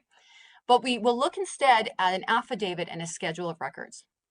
And if all of that is enough, we can actually arrive at a conclusion without seeing the record. But if what you've provided is not persuasive enough, then we actually may have to go back for more information, and if absolutely necessary, require production of the record, which we can do under Section 43 of the Act. One more really interesting case or issue that we dealt with in this particular review is normally that applicant drives the review process. They come to our office, they have the issues, we have grounds, we have jurisdiction, and we go forward. But the public body, in this case, the RM, came to us and said, well, I actually don't think you should proceed, Commissioner. And the reason is, I think this should be discontinued on the grounds that it's frivolous or vexatious or not made in good faith. The Commissioner did not find that was the case.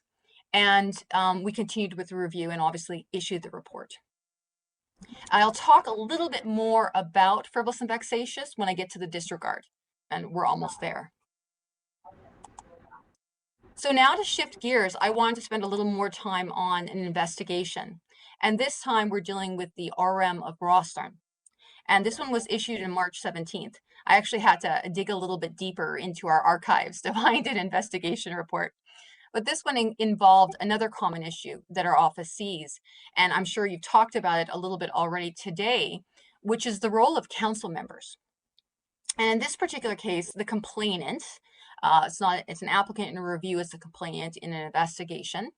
The complainant came forward and said they were upset because the council member breached their privacy in their view by submitting a confidential report that contained their personal information and a letter, again, about them, that was prepared by the Ombudsman and provided it to the Court of Queen's Bench. So what was interesting is we had to really look at what was the purpose in which that information was used. Because when it comes to privacy, it really is about whether there is an authorized purpose, and you could collect, use, or disclose for those purposes. But it's also about whether or not the RM had possession or control. And of course, the council member had in their physical possession, which physical possession is, you think you can actually touch it, you can reach out, it's paper, or it's in your electronic systems, it's accessible to you. But you have to have a measure of control, which simply means if you've received it, that it wasn't by accident. It actually is because it's something that you need in order to do your job. Control is you don't have a physical copy of it. You can't actually reach out and touch it or access it within your systems, but you have the right to manage it. So most commonly, the example is your contractor has it, the information. It's still, they're providing those services on your behalf. So at the end of the day, you still have the right to say, I need that back because there's an access request or someone is alleging a privacy breach. So that's really the difference. And so when we looked at, what was the counselor's role?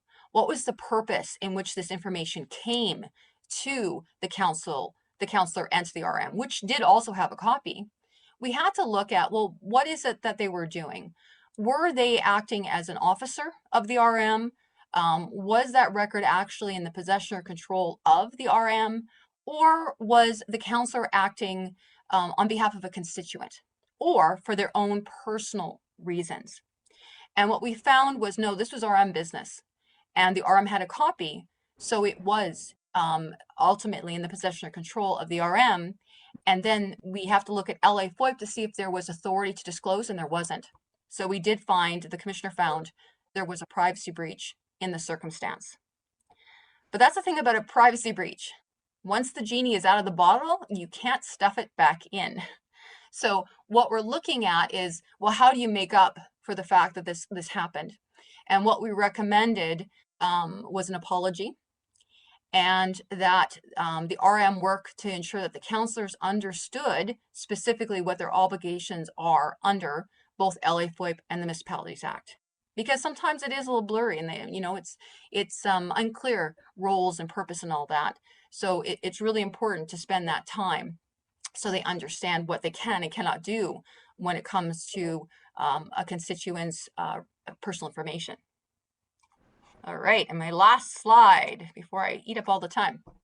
So the disregard decision, I promised to explain how this is different. So both on the request for review side and a breach of privacy investigation, there is that complaint to the organization or the access request to the organization, and then if the individual is dissatisfied, they come to us. The disregard, though, happens before that response was provided, and it's actually the processing of the access request.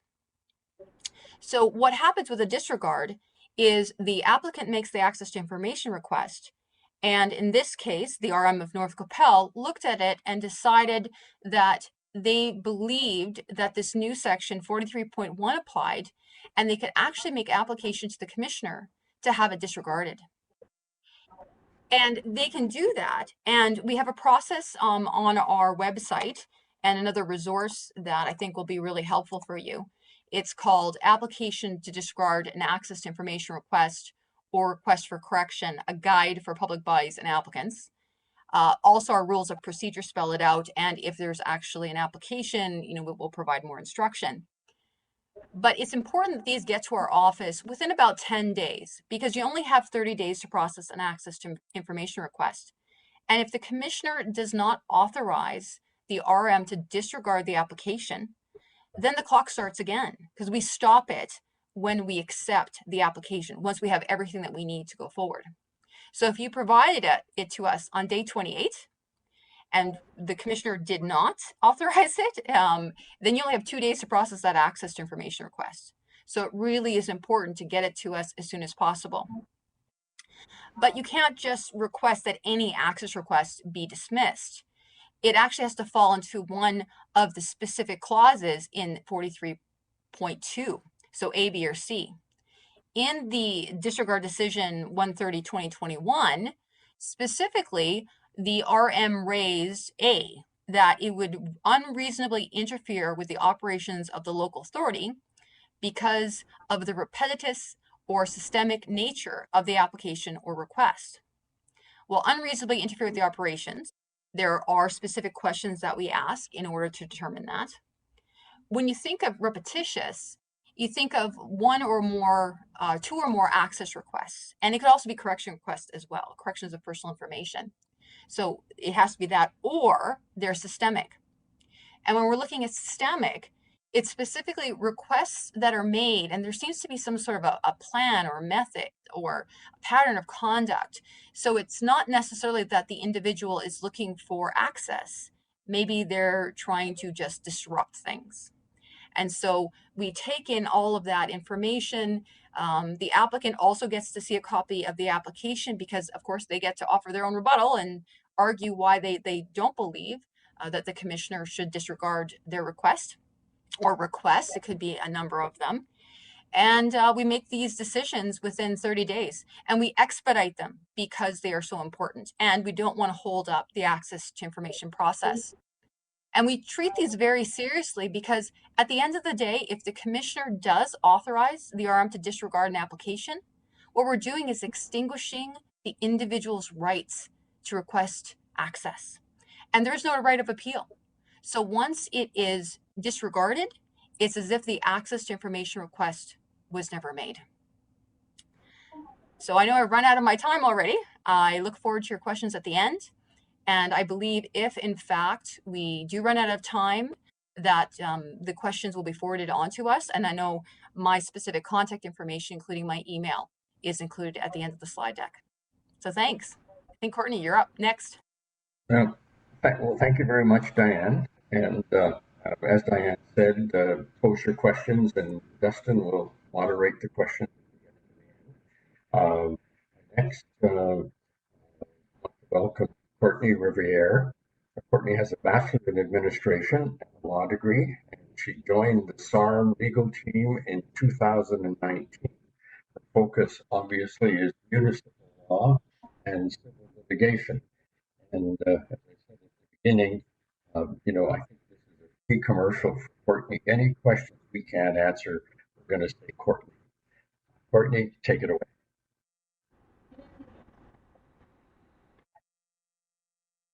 Today on going some of the more frequently asked questions that SARM has received over the past few months and years. So I'll just jump right into that. Again, like Ron said at the beginning of the presentation, a lot of more specific questions. There'll be some gray area and facts and circumstances might change the response to any specific questions you might have, but I'm hoping that the answers that I give you today will give you sort of a starting point or a general idea of where you can look to figure out if certain information or access to records should be provided. So one of the first questions I just wanted to start off with here was when a municipality receives a request for information rather than a request respecting specific documents that the RM might have. So you'll want to start off with looking at Section 5 of LA FOIP that gives the public their general right to access records that are in the possession or under the control of the local authority. So when you receive a request for information, the first thing you'll want to think about is, well, is that information contained in documents that we do have? So even if they're not requesting specific documents, you might have documents that have the specific information that's trying to be accessed. So say, for example, somebody is requesting that they want a list of all the council meetings that Councillor X attended during the year 2020. Well, you probably don't have a piece of paper that says that, but you would have meeting minutes from 2020. The public has the right to access meeting minutes, so you could provide that, and the person who made that request would then just go through the meeting minutes and they'd be able to get the information that they're requesting in that way. If they're requesting specific information that is not contained in any documents that the RM has and you've done a search, you can't find any documents that have the information that they're looking for, then at that point you would just need to respond to the request, denying it, essentially saying that such a record doesn't exist. Because again, your role as the local authorities to provide access to records. You don't have any requirement to create records that provide the certain information that's being requested. So another question we get decently often is, well, what about people who are requesting access to documents or information but aren't submitting formal requests pursuant to LA FOIP? So what do we do with those types of requests?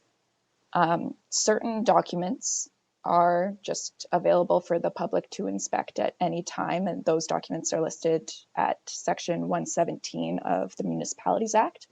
So that includes things like bylaws and resolutions that are passed by council. It'll be financial statements, auditors' reports, meeting minutes, things of that nature.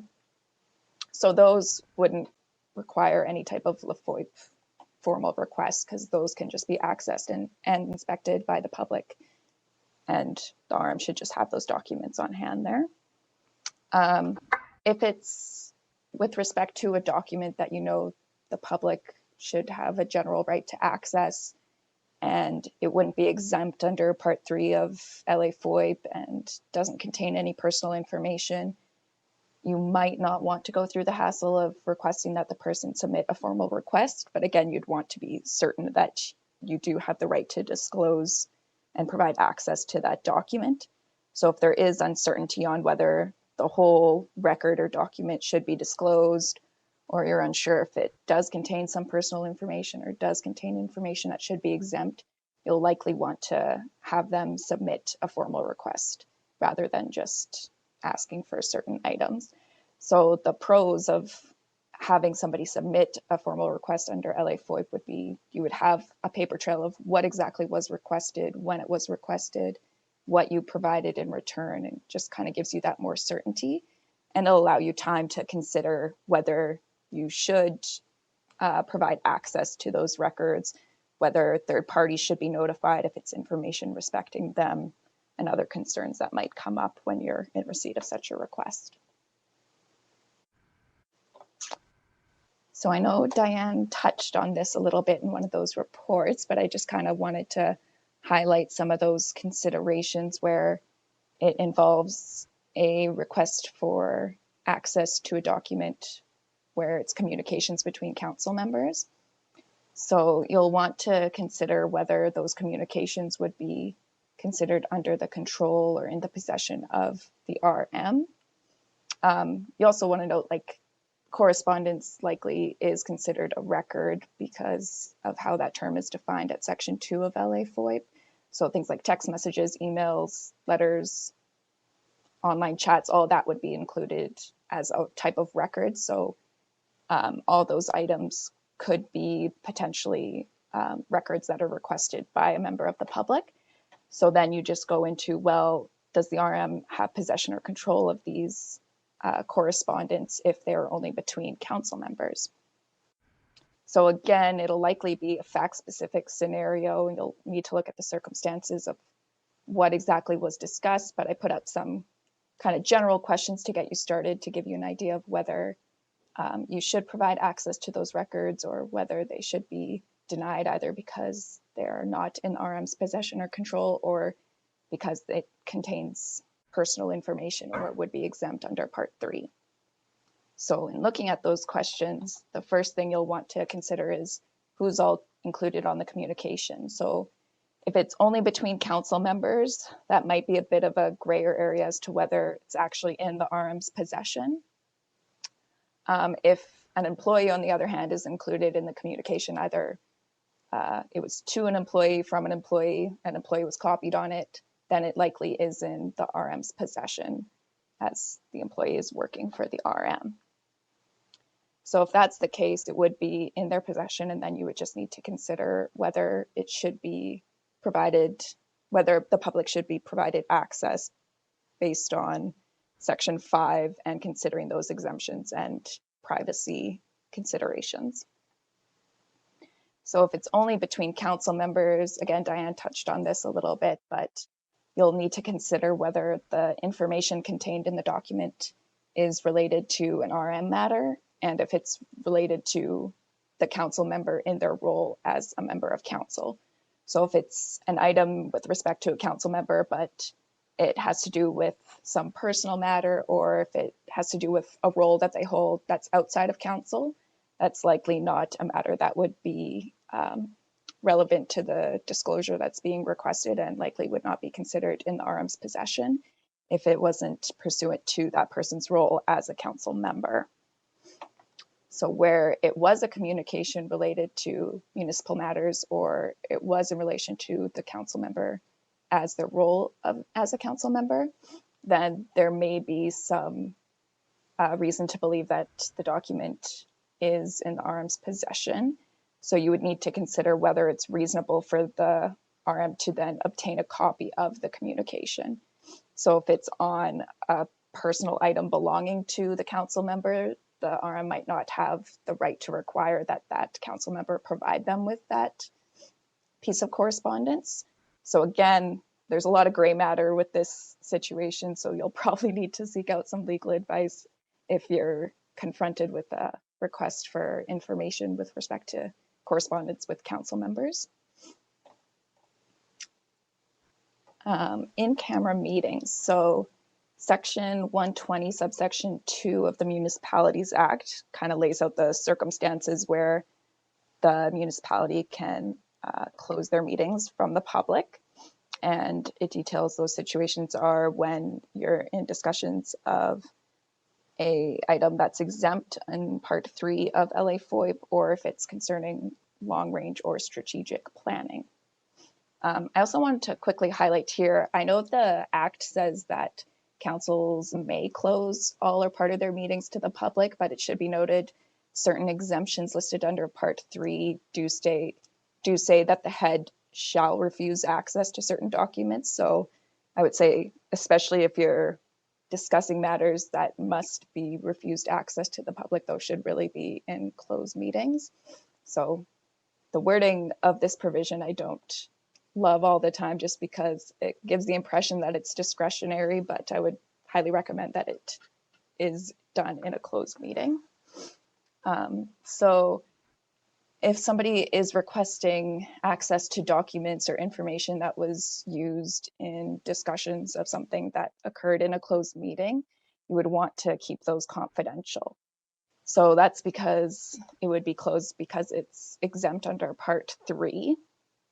And Section 15 of LA FOIP goes into more detail about this, but it essentially states that if you're speaking to something that, or sorry, if the record discloses the substance of the deliberations of what was spoken to in that closed meeting, then you can't provide the public access to that. Of course, if council was passing a resolution following discussions that took place in a closed meeting, that resolution would have to be done in open meeting. And so the resolution itself would be a matter that the public, or a record that the public could access, but the deliberations and the discussions behind that would not be accessible to the public. And lastly, I just wanted to speak briefly on tenders. So there have been questions that have come up where following the closing of tenders and picking a successful bidder, people have requested to access documents that either were submitted to the RM following that tender, or that the RM used in evaluating those bids that were submitted to it. So this again will depend on a lot of fact-specific situations that occurred when the tender was sent out. I listed a recent case here on the slide that provides some factors that should be considered when you're in receipt of such a request following tenders, but just to highlight some of those key factors that were considered in that case. If, for example, your tender includes that all submissions will remain confidential, you would not be able to disclose that information, as that gave the bidders who submitted the impression that everything included would be kept confidential, and so you would not want to break that. Section 18 of LA FOIP also notes that the RM must refuse access to records that have financial, commercial, scientific, technical, or labor relations information that's supplied to it in confidence. So certainly if you're explicitly stating that these bids are going to remain confidential, you can't then just provide the public access to that. That also goes for where it's implied to be confidential as well. So even if you're not explicitly stating that they'll remain confidential, if they're submitted in such a way that the confidentiality could be implied, like they're sealed or marked in a certain way where it's clear they don't want other people to review those documents, then those should be kept confidential as well. And again, Section 18 provides additional information on when third-party information should be considered confidential and whether it should be disclosed. If it might result in a financial gain or loss to the third party, you shouldn't disclose it. If it could prejudice their competitive positions, affect their negotiations, again, all of those speak to not disclosing that information to the public. The difficult part comes into play when you're trying to balance the RM's transparency obligations and fairness obligations with trying to keep third-party information private and confidential. So there might be like certain base information that you could provide to the public if there's a request for records, like if it's a tender for bids for a certain item and it was the criteria to evaluate was the price, then maybe the prices that the RM received should be allowed to be reviewed so that the public knows that there was fairness and the RM is providing that transparency to the public. But again, a lot of it will just depend on what all the information you included at the start of the tender process and what expectations there are with respect to confidentiality, and keeping in mind that Section 18 of LA FOIP along with fairness and transparency ideas for the RM. I hope I didn't go too fast for everybody, but I just want to kind of provide a quick overview of a bunch of different questions that we get. But again, if there are follow-ups, you can always reach out to any of the legal members at SARM and we'll do our best to help you out. I'll pass it over. Thank you very much, Courtney. And thank you for that kind of good summary of the types of questions that you and the legal team at SARM get. As today you have more questions for Courtney, submit them and Dustin will moderate them. But in case you don't get your question answered today, you know where Courtney works. So I think it should be pretty easy to find. So backed by popular demand, second time this afternoon, Judy Kanak. And Judy gave the earlier presentation. I think it was really great, and I hope this presentation sort of builds on what she covered off in terms of very basic provisions and as she outlined earlier. Just a little bit about Judy. She's worked in the municipal sector since 1984. And after some 30 years plus, she retired or decided to change jobs, and she joined the Ministry of Local Government and worked in the advisory services branch. And Colleen Christopherson, who some of you might know, decided to retire. Judy became the manager of that branch. I think she just started that, I believe, October 1st. So when I first called her about making this presentation, it was kind of earlier on in her job, and I appreciate her accommodating my request being here today. And what we kind of wanted Judy to talk about here is sort of the legislation and maybe some of the questions that her branch gets in terms of related to municipalities keeping an eye on access and privacy. From her presentation earlier, we know her branch gets all kinds of other questions, but to some extent focusing in a little bit more on the legislation and the access and privacy issues. Judy?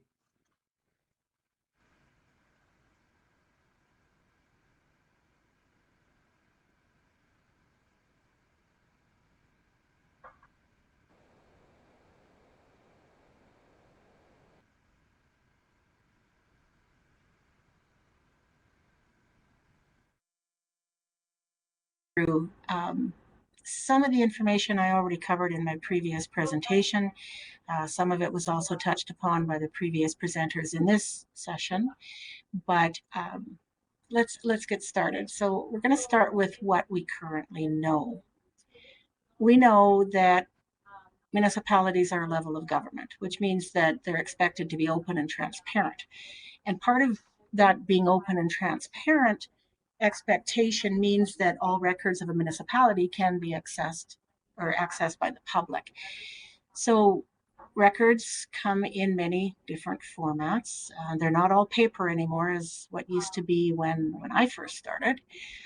They include electronic documents, and they can include audio and video recordings. They can include emails. So for example, if one councillor emails another councillor and they are discussing municipal business, that becomes a municipal record, even if they're using their personal email address or even their personal device. That would still be a municipality's record if it was discussing that. So also we know that personal information must be protected. So then that's where the challenge is. What is public information and what is personal information?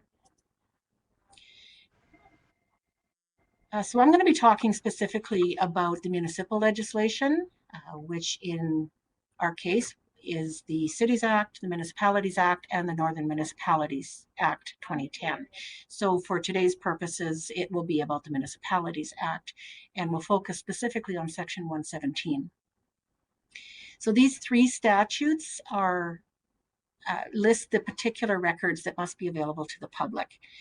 And as long as it's listed in Section 117, and there's a few other sections in the legislation as well, anybody can request and obtain copies of those records. The municipality can charge a reasonable fee to give those copies, but they must provide them. When receiving a request for information from the public, the municipal official must consider not only these three statutes, or for today's purposes, the Municipalities Act, but they must also consider other statutes that they may be using as part of their municipal operations, like LaFoIP, which has already been mentioned, and there may be other pieces of legislation as well.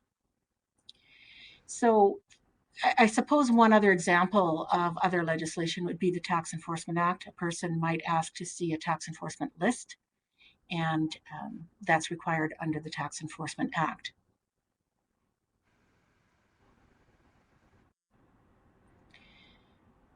So some of the records that are specifically addressed in the Municipalities Act and the others include the public disclosure statements, the oaths of office of all the council members, the minutes and contracts, and that would be available to the public, both of those items after they've been approved by council, of course, in a meeting.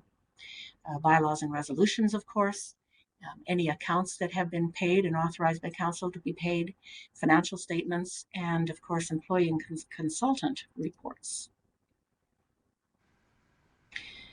The legislation also provides for other types of municipal records, when and how they can be accessed by the public.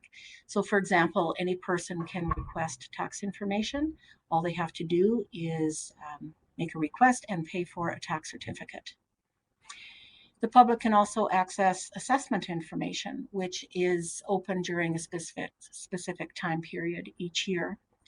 But if you're not sure whether or not an access to information is available to the public, the first thing you should do, of course, is go to the applicable legislation. Maybe start with the municipal legislation. And if you can't find it there after you've done a good search, then maybe check LaFoIP, the Local Authority Freedom of Information and Protection of Privacy legislation, to see if it's accessible under that legislation. And of course, we talked before about private information, personal information. You'll have to be careful, make sure that that type of information is redacted. So one of the best practices that I can give you today is just be proactive. And by being proactive, this is what I mean. If you are as open and transparent as possible By being familiar with access and privacy practices and putting the information out there ahead of time, you're going to avoid a lot of frequent requests for municipal records. The public will be better informed, and I'm sure they're going to be actually very appreciative of having that information without always having to ask for it. So here are some of the best practices for your consideration about being proactive in providing access to municipal records. You can designate an access and privacy person within your organization. Very often that's the administrator. You can develop policies and procedures. You can ensure that that person is trained. Work with the applicants to focus on their requests. Communicate decisions and reasons for the decisions. Encourage public attendance at your meetings, and develop a website. Put all of the information that you can that is already public information onto the website so that you can basically head the requests off at the pass. Here's some ideas of other resources you may want to check out to look for information. Again, our government website, saskatchewan.ca, has many written resources on it, including the Council Members Handbook. There's also the Citizens Guide to Shaping Council Decisions, which you heard me mention earlier in the previous presentation. You may want to try calling the Ministry of Justice Access and Privacy Branch and see if they have any information that would be helpful to you. And of course, you can contact our branch here, Advisory Services, with the Ministry of Government Relations. There's the inquiry line phone number on the slide, or you can email us directly at muninfo. So I think that's the end of my portion of this session. We can move to the questions. Thank you very much, Judy. We're now at the point where I'm going to turn it over to Dustin, and I'm going to turn the dream team over to you, Dustin, and let's see if you or our participants can stump them. And I just have to give our participants the caution again. Some of the questions you may have to end it by saying you may have to talk to your lawyer, call Courtney, or call one of us here. And hopefully we can sort of maybe not solve your problem, but point you in the right direction. Thanks so much, Ron. I've been thinking a little bit about whether you're closer to Captain America or to Thor. I'm going to go with Captain America. So let's go with that route. There's a couple of questions in our chat which I'll raise with you here. The first question is, how much time does office staff have to provide information to an applicant that requests information, and who pays for this time? I wonder if I could pass this one over to Judy. Judy, you've got a lot of experience with RM administration, and perhaps you would have some insight into maybe how to do this. Okay, so I think we have to consider the two different pieces of legislation. First of all, the municipal legislation does not give a specific time period. It just, I think, alludes to a reasonable time. If a person asks for information and goes into an office to get it, maybe it would be unreasonable to expect the administrator to give it to them immediately, right then and there. First of all, it may take some time to dig out the information. Second of all, the administrator could be busy and in the middle of something and doesn't have the time right then and there to provide the information. Now, if we're looking at LaFoy, and I guess, Diane, you can correct me if I'm wrong, if it's a request through LaFoy, it would be 30 days from the time the request is made. Yeah, and I could just add to that a little bit. Right away off the bat, if it is LA FOIP that the request has come in for, and as the other presenters have mentioned earlier, I think Courtney went over this too, is that it's a formal access to information request. It's not just someone calling you up and saying, hey, I have some questions, please answer them for me. Right? They've actually, submitted the prescribed form, or they've submitted the request in writing, and it has all those elements that we would need to see in the access request, along with $20 application fee. So right off the bat, you should have some money in hand to start the process. And then in terms of The clock is 30 calendar days, but if there are certain circumstances in place, for instance, there's a large volume of records, or you have to do some external consultations, or there's third-party notification that has to occur, you actually can extend the response deadline up to 60 days maximum. So you have a little more wiggle room there in order to provide that response. And in terms of fees, if you think about the wording of the access request, and it's very broad, right? You think there's going to be lots of records here. What you can do is to get a sense of what you're dealing with, you can kind of do a quick search or representative sample, and then you come up with what we call a fee estimate. And that's if you think the access request, the work is going to be over $100, because you can charge for search time, preparation time, which is not thinking time, but it's actually severing the record, and reproducing the record. So for instance, photocopying, all of that's laid out in the regs. But the fee estimate, you take into consideration those calculations, you provide the fee estimate to the applicant, and actually the clock stops until the applicant comes back to you and says, yes, I want to proceed, and here's 50% deposit to go forward. And what's great about that is that no one has to waste their time if, in fact, the applicant doesn't want to proceed and doesn't want to pay those fees. And it is a great opportunity to talk to the applicant, because maybe they didn't want everything that you thought they did. And, you have a conversation, and really it's just, fewer pages or a shorter period of time that they're looking for you to search for. So it's really that opportunity to work with the applicant and save you all, hopefully, a lot of work and time and money.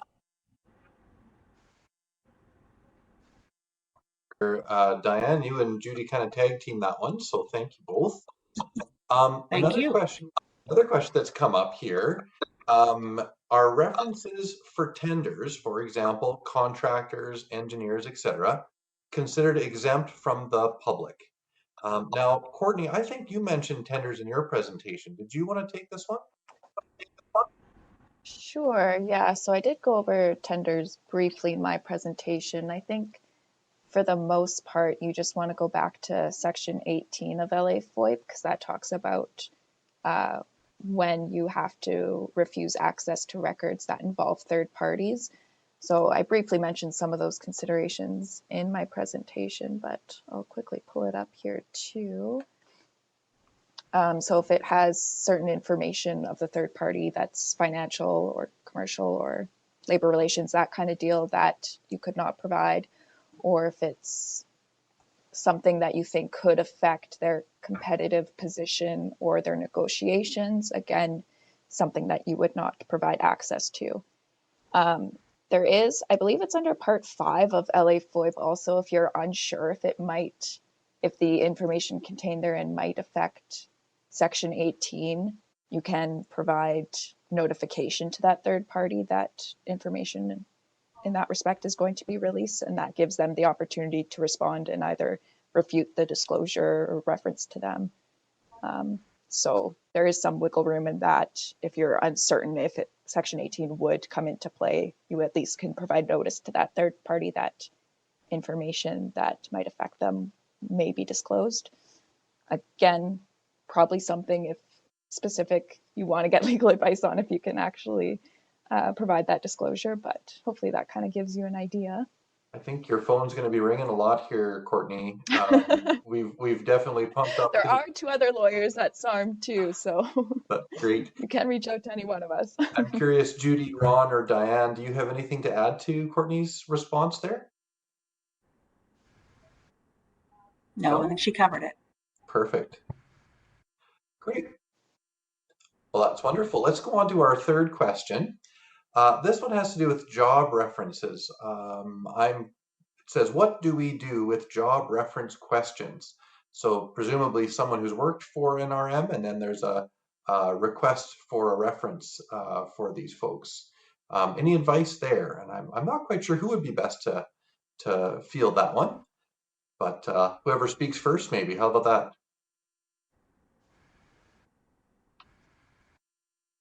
Perfect. The starting point with references is, would this qualify as personal information? Because if so, then you need the consent of the data subject to release the information because it constitutes their employment history. And if you don't have their consent, and that's specifically 28.1 of LA FOIP, then you, as the RM, the municipality, can sit back and think, okay, but do we have authority to disclose it anyways? Is there an actual circumstance in which, we can point to the legislation and say, yes, we have the authority to do that? And in 28.2 of the Act, there's a whole bunch of different circumstances in which you can disclose without consent. There's also some additional ones in the regs, and I pulled up the regs specifically to give you the language, to give you a sense.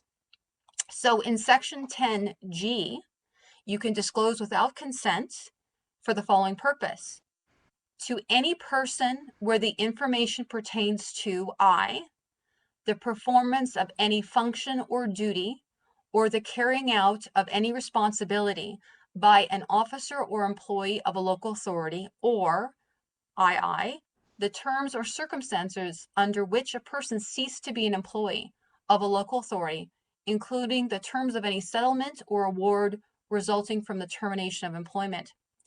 But what's important too with disclosure is you really have to turn your mind and these are mays, not shalls, right? So you have to think about, in the circumstance, with references, is it really something where you do feel more comfortable if you had consent of the subject individual before you provide that? And you also have to consider what we call the data minimization principle, which is, it's fundamental. It's when you think of any privacy law that's out there, it's underlying as an underlying privacy principle that you only disclose the least amount of personal information necessary for the purpose. And you have to be confident, that you're providing the right information to the right person that they have a need to know. So if all that's in place, then you probably would feel comfortable to do so. And if I could jump in, based on Diane's answer, some organizations have moved away from giving references. And I think they look at references as an area of hassle. They give a reference, somebody doesn't get the job, they blame the reference. So I think we've seen it a few times. People just say, no, we don't do that anymore. It's too much trouble. So that's probably a policy decision for a council or the administrator. Give references or not. But if you're going to do it, then you need to be consistent. You either give references or you don't.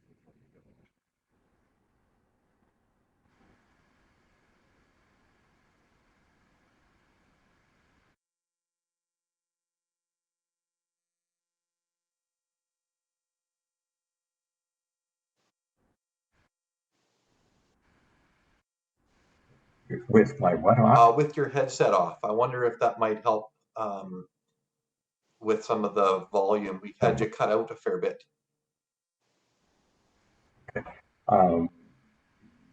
That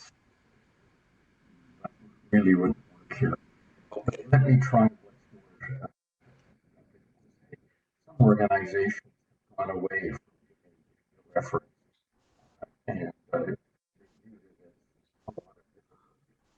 But if an RM is going to do it, they should have a policy.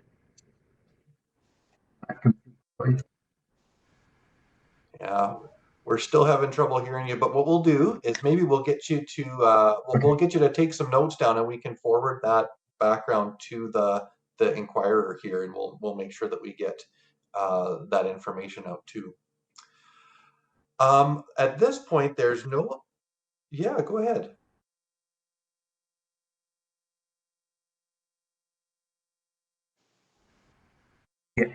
Yes. There we go. Yeah. So there. Okay. There. Now everyone gets to hear it. That's even better. That's great. With no other questions in the chat, I think we can wrap up this session. And in doing so, I want to thank you, Ron, especially for hosting and pulling together this dream team, as we've been referring to them. But I also want to thank the dream team themselves. So Judy and Courtney and Diane, thank you for your time. for your efforts in putting together this really well done presentation that touched on so many factors of access and privacy in the municipal context. And so also, of course, thanks to our questioners and those who made inquiries on our chat line. We're grateful to you also. So I think we'll take another 2-minute break, and we'll come back and we'll have Keith and Ken, who will be sharing with us about sound financial oversight. And I'll take the time to introduce them properly before we begin.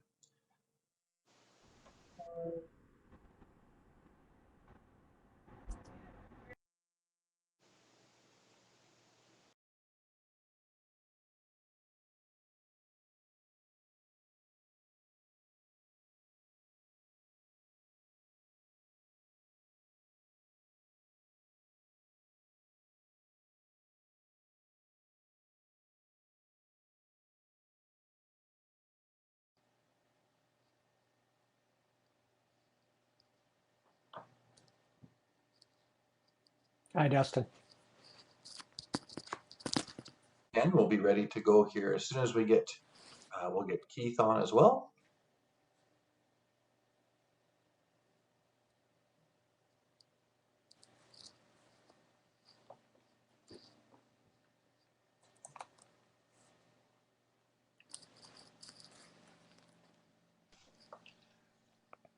In my mind, I don't want to do this. I just.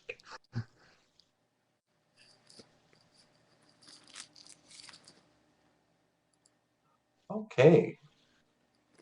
Well, looks like we're up and ready to go again here. So we've got our two presenters on the line with us. This third and final session is called Sound Financial Oversight, or How to Look Smart in a Council Meeting. And so looking smart is something I'd like to learn more about. So I'm looking forward to getting through this material and learning about it from you. Our two facilitators here are Ken Acton and Keith Comstock. Both of whom have extensive background in the public sector, from the Ministry of Social Services to the Ministry of Justice and the Ministry of Government Relations. Both Ken and Keith are now serving as executives in residence at the Johnson Shoyama Graduate School of Public Policy. And so we're really glad to have you, Ken and Keith. Welcome here, and we'll look forward to what you have to share with us today.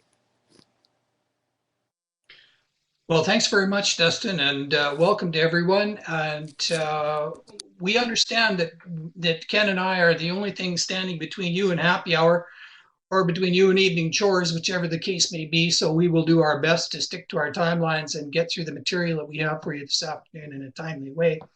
But before we get started, I do want to do just one shout out to Sasha and Derek and Boyd and the rest of the folks from the arm of Lake Johnston down there south of Moose Jaw. That's where our family farm was. And I haven't been out there to see if all the roads are clear after the storm or not, but I trust they are, I'm sure. So anyway, good to see you folks and hope you're having a great day. Adam, I think we can move these slides here. I didn't realize we had the capability of moving the slides, so we can do that ourselves, I think, if you want to. Just a very brief overview of the agenda, what we want to cover this afternoon with you. We want to talk a little bit about the fundamental work of a council and how this notion of sound financial oversight fits into the big picture. We want to talk about some general concepts, terms, and principles that will maybe decipher some of the maybe confusing wording that you've heard over the last little while. We want to talk about financial planning versus strategic planning and how that becomes part of council's, one of council's major responsibilities. We want to leave you with the message that having effective and clear financial policies are absolutely are key. And then we want to talk about some top questions that we get from elected officials. And of course, we'll do our best to answer any questions that you might have as well. As Judy very ably pointed out at the beginning of her session, the legislation is pretty clear about why municipalities exist. And there are really 5 fundamental pieces of work that municipalities are in charge of. First of all, to provide good government and needed services and facilities and all of those other kinds of good things. But the last one is where we're at today, and that's to provide wise stewardship of public assets. This notion of public assets is an important one because it includes obviously financial assets, but it includes other assets as well, including your human resources, and even goes so far as the volunteers or the other agencies and organizations in the community that you work with. So from a legislative perspective, even though they may not say, you know, you need to understand the concepts behind financial statements. It's certainly implied in the legislation. And from a practical perspective, it makes good sense. When Ken and I teach, we have a 3-day governance course that we teach through Johnson Shoyama, and successful completion of the course gives you a certificate in municipal sector governance. But when we teach this material, we divide council's role into 2 major categories. One is setting direction, you'll see on the left-hand side of that slide, and the second one is monitoring and reporting. If you break down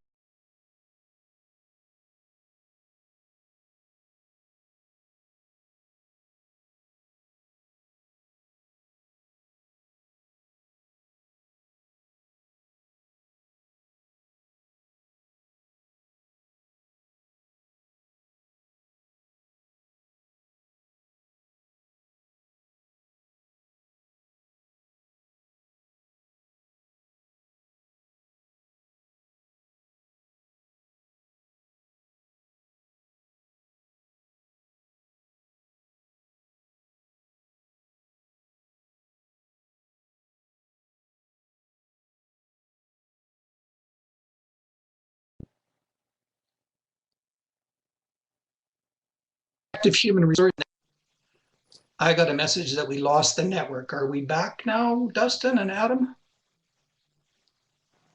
I think we're back. Yeah, sorry there. We also lost ours here, so I'm not sure quite what happened, but it looks like we're back now. At least I see about 91 of us on the call, and I can hear and see both of you. So I think we can jump back in. Okay, I was about ready to, I looked under my desk to see if I'd inadvertently kicked out the plug, but I hadn't. So anyway, we're all right. So this notion of financial stewardship is really important, and it's about accounting for and safeguarding the assets of the municipality from a broad perspective, but also certainly from that financial perspective. So what do we talk about when we mean financial stewardship? And really, financial stewardship starts with your frontline staff, and even it goes so far as to extend to local volunteers, to your managers, and ultimately to the elected officials within the municipality. You know, the old saying is the buck stops here. That's really true with respect to financial oversight at the municipal level. It belongs, rightfully so, with the council itself, and you are the folks that set the tone and the sort of approach that you're expecting your officials and the folks that you work with and for to take. Good financial stewardship aligns with other areas such as long-term financial planning and asset management. A lot of people, when we talk about financial stewardship, fixate in on how do I understand those financial statements and what's a balance sheet all about, and how do I understand this notion of amortization of assets. Those are important things, but they're part of that bigger picture, and that's what we want to get across to you today, that even though you may not be a chartered public accountant or someone with a strong financial background, it doesn't preclude you from being a good steward of the financial and other assets of your municipality. And lastly, we want to put a very strong plug in with the message that strategic financial planning is really important as an aspect of financial oversight, because this is what allows you to look up from the day-to-day of figuring out, you know, whether or not we're going to have enough money to buy the gravel we need for this year, to the longer term prospects of what you see and what you have as a vision for your municipality. So specifically, when we talk about financial stewardship, what is council's role really from a very practical perspective? As I mentioned, council sets the tone and decides on the accountability framework. You will see if you have if you got a couple extra hours some afternoon and you don't have much to do, you can read through the Municipalities Act, and you will find that in terms of specific direction around, you know, what sorts of controls and what sorts of rules you put in at the local level, it is a rather general document. And really, it's part of your responsibility to decide on what an appropriate accountability framework is in your circumstance. And we'll talk a little bit more about what that accountability framework means from a practical perspective later in the presentation. All members of council need to be financially literate. This doesn't mean you need to be a chartered public accountant or someone with a business degree or a business background. But what it does mean is that you have a responsibility. One of your responsibilities of being in office is to get and keep current with the information that you need to be able to contribute successfully and productively to the discussion around financial matters. All members of council need to be prepared and ask relevant and probing questions. This means that, without being too blunt about it, this means that you don't wait until you get to the council meeting to look through your package and have a gander at those financial statements. There is a degree of rigor and a degree of responsibility that you have to be prepared and to be not only willing but able to contribute effectively to the discussions. One of the things that people most have trouble with, and it's kind of an obtuse way of explaining it, but this notion of making evidence-based decisions. We teach a day-long seminar about evidence-based decision-making, and what this means is from a practical perspective, is the ability for you to be able to look beyond the what you think you might know, or what the history is, or what you think happened in other circumstances, or what you even as a private business owner or as a private individual might think, and look at the evidence that supports or that contributes to you making good decisions. And there's a long conversation we could have about how you eliminate your own biases. But these are important concepts from the perspective of you being able to be effective in your stewardship role. And the last thing, there's two concepts here that you absolutely need to understand. One is fiduciary duty, and the other is duty of care. Fiduciary duty means that even though a council works as a collective, councillors have individual roles and duties and responsibilities to fulfill to the best of their abilities. As a council member, you have a duty to act honestly and in good faith in the best interests of the municipality and the citizens that you serve.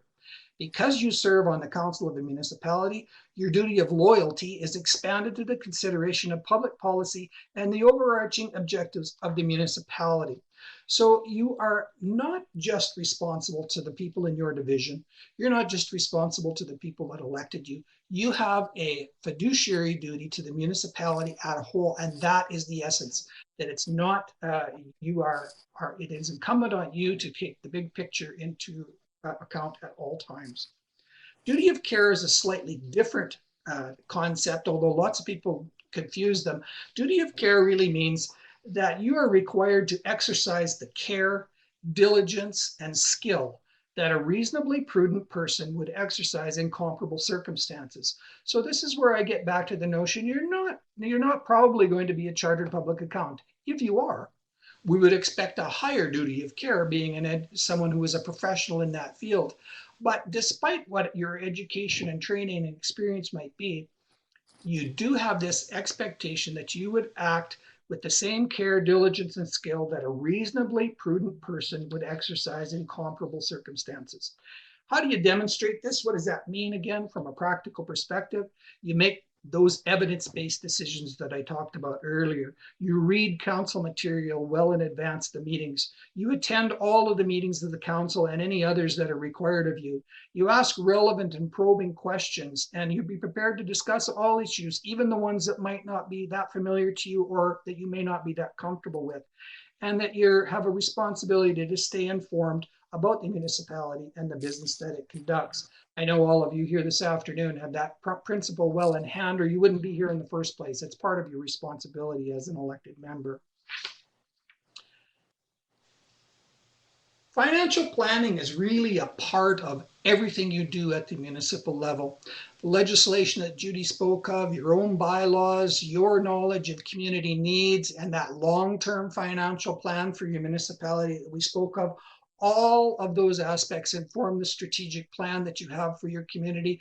I understand that some municipalities don't maybe have a formal strategic plan, but you do certainly owe it to your ratepayers to think about the future and to think about how you can work together from a strategic perspective to make things better.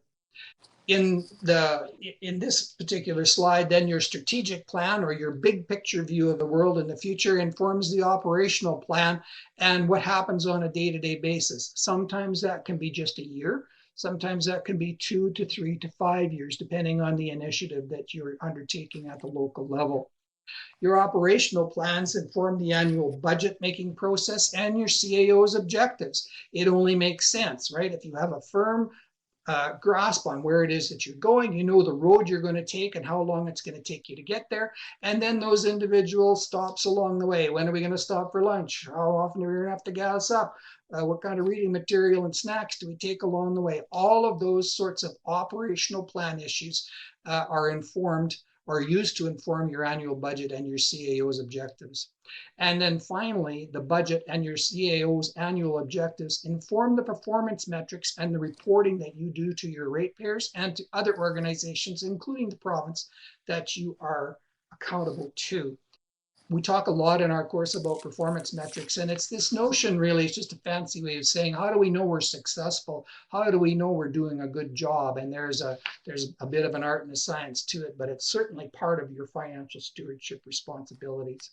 I'm going to turn it over to Ken now for a bit of a discussion about strategic planning from the perspective of that overlay that leads to good, sound financial stewardship. Ken? You bet. Sure. It's great to be here. I was listening to the previous presentation, and the folks there were described as a dream team. They were so wise, which made me think that perhaps you and I, Keith, are more of a traveling nightmare. Or maybe it's just a topic that we've got in terms of the exciting one, like freedom of information and protection of privacy. But in any event, it's great to be here. So the strategic planning, there's no legislative requirement that says or states that you have to do this. However, I would argue that good common sense would suggest that you need to have this focus. I mean, it's that old, if you don't know where you're going, you'll end up, somewhere else, or any road will do. You really need to map out a plan. And some people fear that this might be used against them. Like, what if you plan and then you don't make it, and your ratepayers all say, well, you gave us a plan and you haven't delivered, so I think I better find a new counselor. The flip side is actually much stronger, and that is to say, when ratepayers ask for a bunch of services, you can actually tie it back to that plan and say, okay, so if this is our plan, if we want a new water treatment plant, and we want a new sewage lagoon, and we want this, then we've got a budget for that, and we've got to fit it into a plan over the next 5 to 8 years, or whatever the case may be, and this is what it's going to cost. And it's very helpful in kind of aligning expectations and making sure everyone's on the same page. So it really helps about, so what's our vision for the future? What do we want our community or our municipality to be known for? What values drive our decisions? What's important to us? And what's our mission? Who are we? What do we do? And who do we provide those services for? So some of this work, I admit, I'm a reformed strategic plan guy. I used to hate doing this. I always thought it was, I wasted a lot of time. But the truth is, throughout my career, I learned how powerful this can be.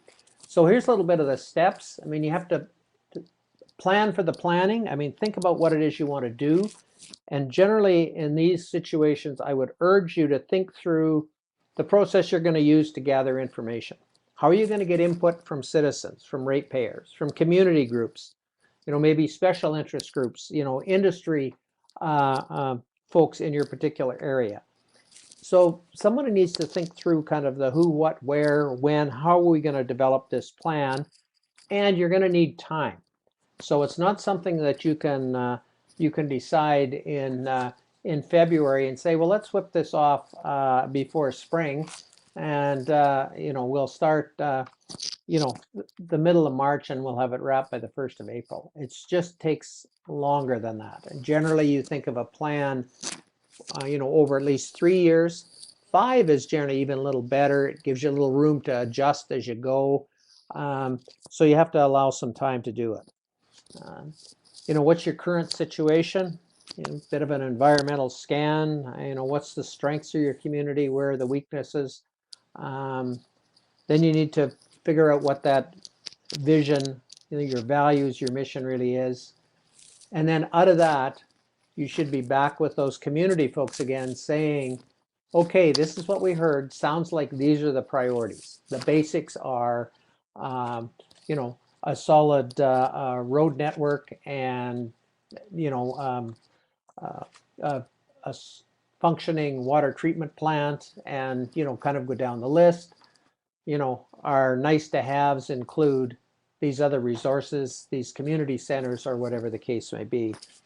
But you agree on those, and then you map out an action plan about where that's going to take you, how you're going to do it, over what number of years, and then away you go.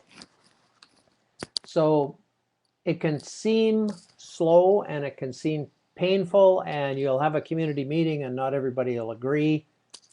That's fine. Often people just want to be allowed to participate.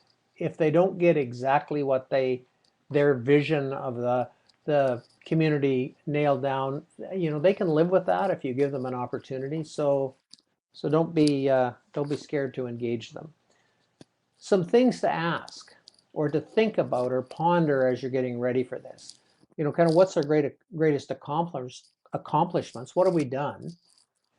Probably another one is more for me is kind of what are the big challenges? What are our biggest challenges? What are they? What do we see ahead? What do we need to plan for? And of course, this values and perspective about the people that live here. What do they think about our municipality or our community? What's important to them? And we'll be successful doing these things, if we do these things over the next however many years, whatever's realistic. And we want to be recognized for being whatever the case may be. So as you map out some of those things, that'll help shape your plan. And the reason you want this plan is because this is going to be the basis or the supports for your budget, for your financial planning. This is the anchors. They'll go back to say, well, if our objectives are to achieve these things, then this is what we need a budget for and plan for. So just a couple things to think about here. You don't get to decide on the fiscal period. It's January 1st to December 31st. It's set out in the legislation, and so your plan needs to fit that. Unlike a financial statement that is very articulate, budgets aren't an exercise in precision. So as a budget, you want to be accurate as best you can, but it takes time for that to develop, and things happen, things change that will impact your budget throughout the year, and you have to have some flexibility to adjust for those things. So budgets are really about council's direction to staff and community on how the resources are going to be handled in the upcoming year, both for operations and capital. So that's kind of your plan. I mean, you map out this budget. Is it consistent with the strategic plan? Or is it on the right road? You won't accomplish everything in the strategic plan on the first year, but that's where you're trying to go. Here's a few questions or things to think about. As you're looking at this budget that perhaps the administrator and other staff put together, make sure that they've done some comparisons. I mean, how does the cost per resident of service year over year compare with other areas? I mean, are you in the right ballpark here, or are your costs considerably out of whack in terms of comparison to other jurisdictions? Benchmark revenue and expense items such as bank interest rates, property taxes, office supplies, all of those things. There should be a pretty clear benchmark about what's realistic in those areas. And set financial improvement targets on the budget to work towards. I mean, what are the objectives here? Or is this just keep spending till the money's gone? and I say that as a, you know, as a joke, although I I did some financial help for folks a few years ago, and when I started looking at their financial statements, I thought maybe that was their philosophy, was to spend until the checks wouldn't clear the bank anymore. So set some targets. I mean, how close do you plan to be to your budget? And here's a few questions again. As you look at the budget, the draft, it's come to you as for council to approve. You're going to have to go through it and ask yourself some questions about what's in that budget. I mean, some of it is kind of, are our residents satisfied with the level of service that they're receiving? Now, some of that might have come out in the strategic planning exercise when you were talking with the community. They might have said, we don't think the level of service is satisfactory, and we expect more. And hopefully they're also saying, and we're prepared to pay more. So you have to look at those things. So have we got the services built in that are expected, or that we've been delivering in the past and they expect to continue on?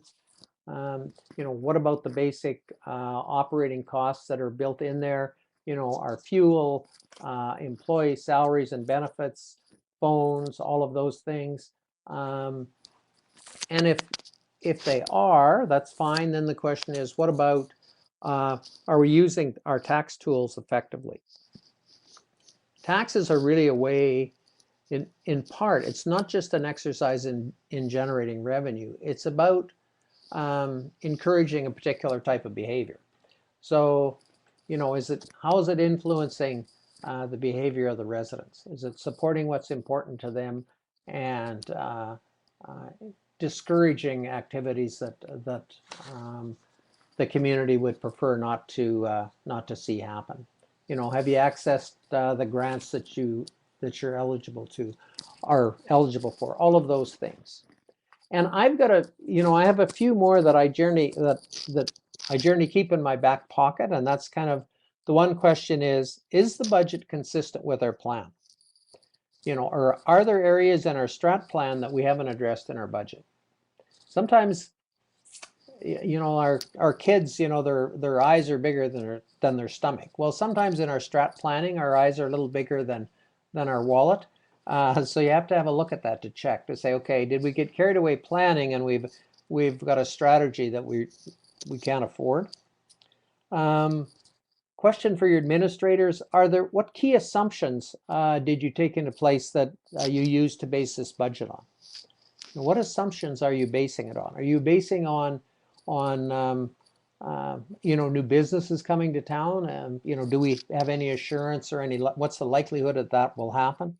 What assumptions have you made about fuel costs? I bought gas yesterday. That wasn't the assumption I had a year ago.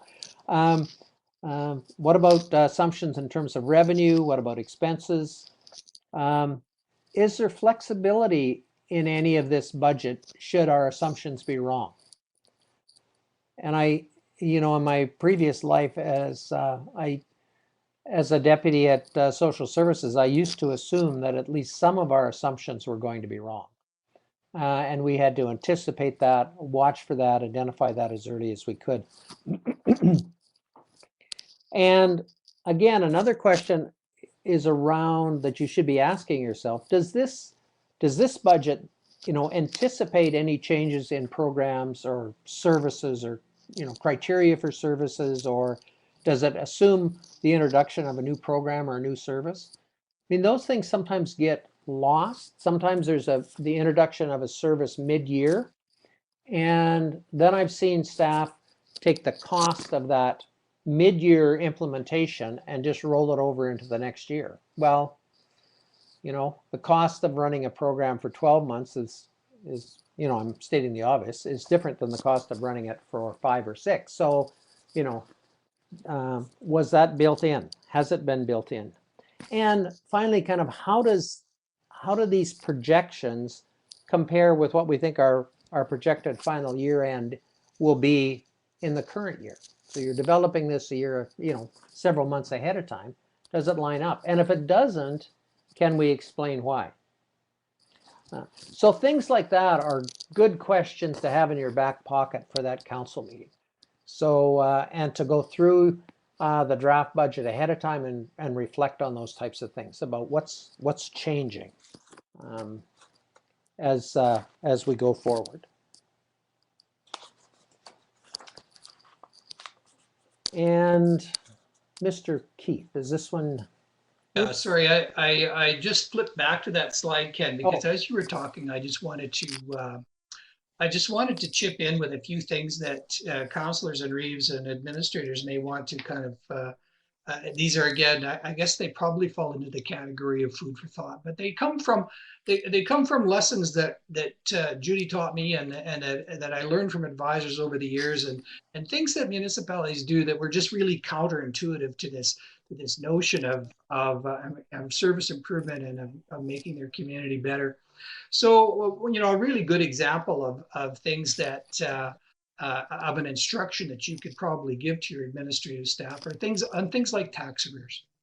You know, do you have a good handle on what percentage of your property tax loaded, what percentage of your property tax levy is in arrears? And it was interesting because it wasn't that many years ago that we did a bit of a survey at the ministry about this. And we found that some municipalities were running as high as 20 or 30% of their tax levy that was in arrears. So, you know, a perfectly logical and responsible response for that council to make would be to say, okay, well, listen, our financial goal as part of our strategic plan and as part of our operational plan for the next 3 years is to reduce that by 5% a year. And then give that clear operating instruction to your CAO and your other staff to make that happen. Lots of different ways to do it. You can contract it out. You can, you know, you do it on your own, but the point is that you've thought about it. Things like service improvement, Ken was really made a great point, because if you ask somebody about how they feel about the maintenance of the roads, they're going to tell you, well, it could be better. But if you ask them how do they feel about the maintenance of the roads, and if it's and if we're going to increase that by 20% or make, you know, instead of making 20% of our roads 80% of perfect, we're going to make that 40%, and here's the financial implications, you'll get a different answer from folks. One of the most frustrating things about government, or when I watch happen in the media, you ask somebody if they think they want more of something. Well, of course they want more of something. Everybody wants more. It's the at what cost, or at what effect is it going to be on you, and you'll get a more clear answer. The other thing about the relationship between strategic planning and your annual financial planning is it does you no good at all to plan for grandiose strategic planning improvements from a service perspective and not make annual decisions about improving your performance in that area. So many of the things that we struggle with now in the municipal sector around the infrastructure deficit and around the deterioration of underground infrastructure like water and sewer and bridges and roads comes from deferred maintenance of councils making the decision to keep taxes low or comparatively low, or not wanting to make those additional expenditures. But it's a false economy. So I would really encourage you to take a pragmatic perspective. And the last thing that I'll mention, Wade makes a good point in the chat that often even provincial and federal levels struggle with positive outcomes. That's absolutely true. But there are certain things that you can do. A couple of examples that came out the last time we ran the course. One of our participants at the course said that they'd actually even just done a very simple review of the phone service they were getting. Turns out that they had 3 lines that they'd been paying for 5 or 6 years, and those lines were not in use anymore. They didn't even have phones attached to them, and yet they were still paying for them. Another example was the municipality, out of the goodness of its heart, more or less, was charging $20 an hour for their maintenance crews to go out and clear private business parking lots and lanes to people's property and things like that. They were doing it as a service and they charged a fee for it. But when they actually sat down and figured out how much it cost between the operator's wage, the operation of the vehicle itself or the maintainer itself, and the amortization of that asset, turns out they should have been charging more like $75 an hour instead of $20 an hour. So this is all really practical stuff, but it calls for you as a counselor to, you know, to do that. That duty of care requires you to ask those questions of yourselves and of your administration. So I don't know, I'm like the rest of you. I hate financial statements. One of my greatest weaknesses, and Judy will probably laugh and nod her head, is, you know, I really relied on my staff to help me in this area. Financial statements sometimes it's just like reading Greek. And what does it all mean, and how do I understand it, and why do we have to use all these complicated terms, and you know, who can help me figure this out? Well, I just want to, there's a little bit of misery loves company in this part of the presentation, because I feel your pain and I understand exactly what it is that you're going through. But there are some very basics that you can quickly learn, and that if you're not comfortable, the best course of action for you is to take time and have your CAO or CFO, if you've got one, explain it to you in layman's terms. If you really want to get a primer on this area of things, is attend the MLDP one-day strategic and financial strategies session that Malcolm Eaton teaches. I took it the other day, and gee, I felt so much better after I was done. Even after 40 years in the field, Malcolm taught me some really easy tricks. Essentially though, when you look at a financial statement, there are four main statements, notes and schedules that you'll need to pour your way through. One is the statement of financial position. Really, that's just a balance sheet. You know, how much money do we have? How much money's in the bank and that kind of stuff. Then there's a statement of operations, and that's your income statement. It's, you know, who paid their water bill? Where are we at with taxes? And then there's a statement of cash flow that talks about the relationship between those two things.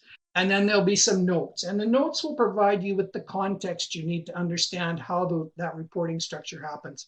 So we don't have time today to go through all of the intricacies or the things that you need to watch for, but there are some certain things that you can look for on your financial statements that will give you a hint if you need to ask questions. One of them is, last year we spent $10. This year we spent $100. Why was that? Another really good question to ask your CAO or CFO when you're talking about financial statements is, what are the four major, or four or five, pick a number, what are the four most important things in this month's report that we need to understand as counselors? Another good question to ask your CAO or CFO is there anything in this report that is causing you to lose sleep or that is worrying you? These are the professionals that you have at your disposal that have the specific financial and accounting background and knowledge to be able to answer your questions. You still need to understand the general concepts. You need to understand what you're looking at, but you also need to be comfortable in asking those questions. Other pieces of your financial statements will have details on reserves and debt and financial and tangible assets. And as I said, we don't have time today to go through each of the details on these particular aspects of financial stewardship, but you do owe it to yourself, and it's part of your duty of care to understand them as best you can and to ask questions when you don't have a sufficient knowledge within yourself. Keith, one more flag Ken. There. I just wanted to mention, a tip that I found really helpful was if there's notes to the financial statement, take a minute and read the notes first and then go through the financial statement. You might have to go back to it, but often I'd go through the financial statement and I mean, there's all these numbers and well, I looked, at the bottom, is the ink red or black? But if you read through those notes first and then go through the financial statement, a lot of it will make sense. It's explaining how they got to this number. So just a little tip to keep in mind.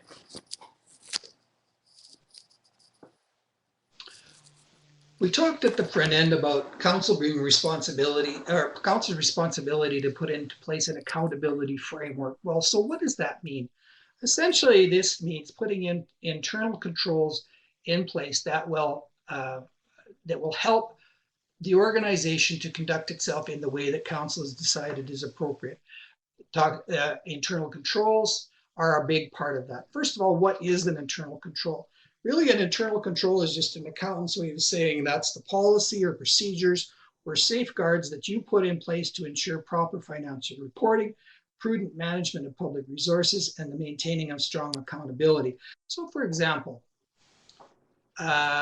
you will have an internal control around how much the administrator is allowed to spend at their discretion or without the specific authority from council. Where some municipalities have that as $1,000. Some municipalities have that as $5,000. Part of your responsibility is to figure out what's appropriate for that in your circumstance. Another good example of an internal control is how often are bank deposits done. You know, when people come in and either pay cash for their taxes or pay their water bills or other sorts of indebtedness to the municipality. Is it daily? Is it every 3 days? If you don't have a bank in your municipality, is it somebody's responsibility to do that every week?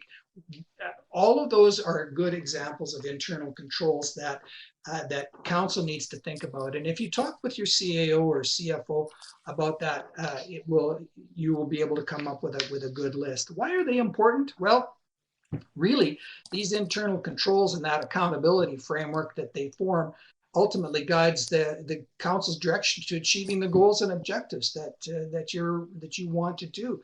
They can internal controls can function in both financial and practical format, and they can involve one or more parties executing them on a daily, monthly, yearly basis. Again, it's this notion of understanding what it is that you want done and giving clear direction to your staff.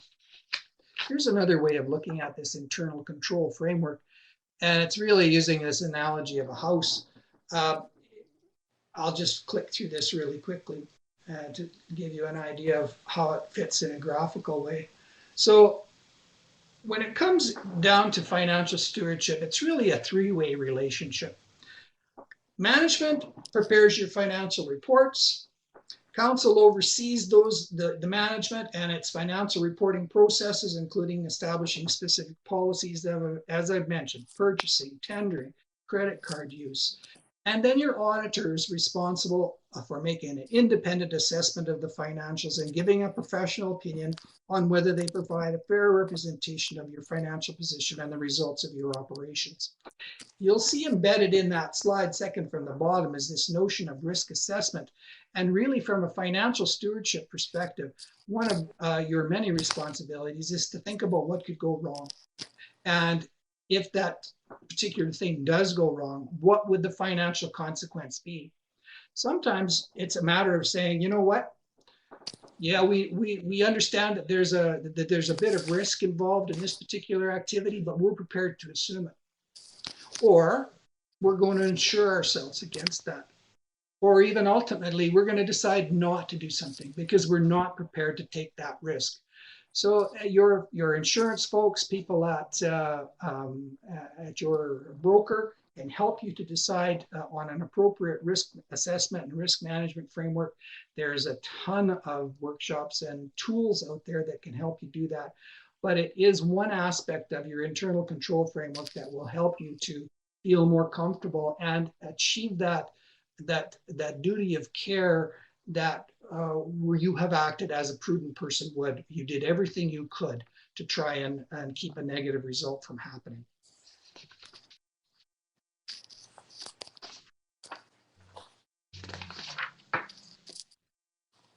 Monitoring is a really important part of internal controls, and you really do have a number of sources available to provide an evaluation of your control, one of which is your own staff. Ask your CFO or your CAO about the internal control framework and how effective it is and how comfortable are they with it.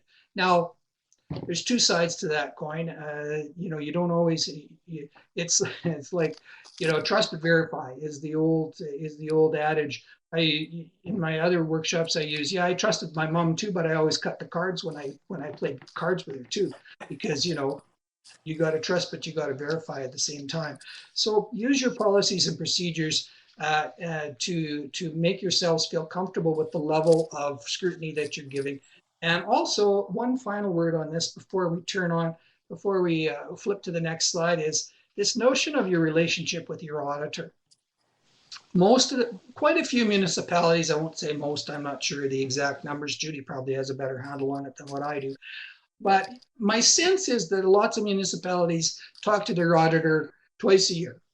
Once to say, hey, we've moved and we've decided to keep you on for one other year, as long as you don't, you know, charge us too much. And the other time you talk to them is when they give you the report. It's a really good financial best practice to meet with your auditor two or three times over the course of the year and get their advice on these sorts of issues, because they're the ones that are looking at it from the outside. And once you develop that relationship, there's that level of trust that goes up. Judy, again, I love that trust graphic that she had at the front end of hers. And once you've got a level of trust established between your auditor and your local and your financial people within your municipality's staff complement and the council itself, then you've got a nice three-legged stool that you can start building your accountability framework on. Here's some food for thought that you can keep in mind. Financial reporting to council should be done on a month-to-month basis. I have seen some municipalities that report quarterly. That's really a minimum. I would encourage you to do that on a monthly basis. As I mentioned earlier, your reporting should highlight financial trends. Are we spending more than we thought we were going to? Are we spending less than we thought we were going to? What does that mean in terms of the decisions that we need to take between now and the end of our year in order to remain in a good financial position?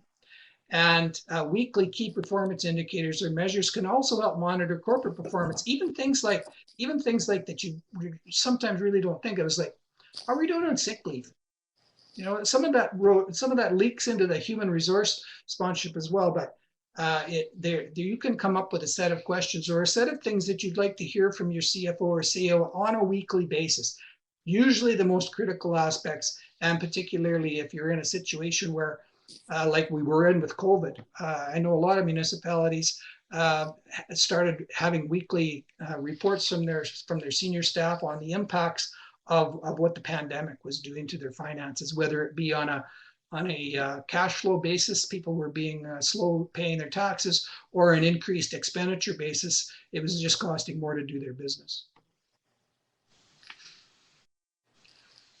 We talked briefly about policies and this internal control framework that you should have. Here's a list of things that, and this is by no means an exhaustive list, but it could be used as certainly a minimum in terms of the things that you would instruct your folks to come up with, and that you as a council would be responsible to review, approve, and then make sure was put into place.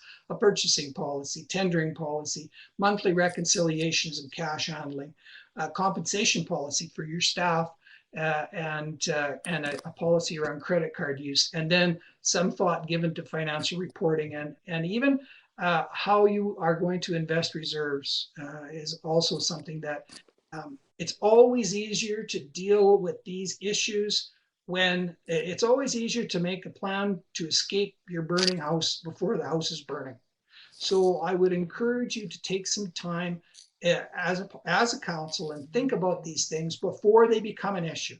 Think about what you would do, for example, if all of a sudden you had a catastrophic failure of your IT system, or what would happen if your one and only grader, if the transmission failed in your one and only grader. You're like, what are the contingency plans if those unexpected things happen? Because, you know, that's the nice thing about, or the bad thing about unexpected things. They say they do happen more often than we'd want. So if I could just flag a couple other things here when we're looking at these controls, you know, one is the sign off that all the employee deductions and tax requirements have been submitted on a monthly basis. It should show up. You should see it in your financial statement as well.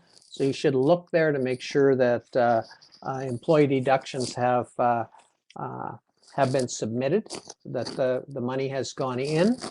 I speak from a lifetime ago when I was involved in some audit work, and it's a good spot to check, because it's if somebody has a gambling problem, that's a good place they look for money. So look for that, and also, ask questions. There should be notes for any of the variances that Keith mentioned, saying, are we spending more than we had budgeted for? Are we spending less? How come? There should be notes on the report saying this is why it's more, this is why it's less. And of course, if the trend continues, then your next month you're ready to ask the question about what are you recommending as management that we do? Are there steps that we should take as a council now to stem the tide, as the case may be? So there's things that you should be looking for on a regular basis, and if you're not seeing them, you should be asking management to provide that to you. I mean, it doesn't have to be anything fancy, but there should be notes beside there if you're way under budget or way over budget. How come? What's happening? That doesn't mean it's bad. It might be a wonderful thing, but you should have a note to explain it so you can understand what's really going on. So you're operating on this. There's no surprises.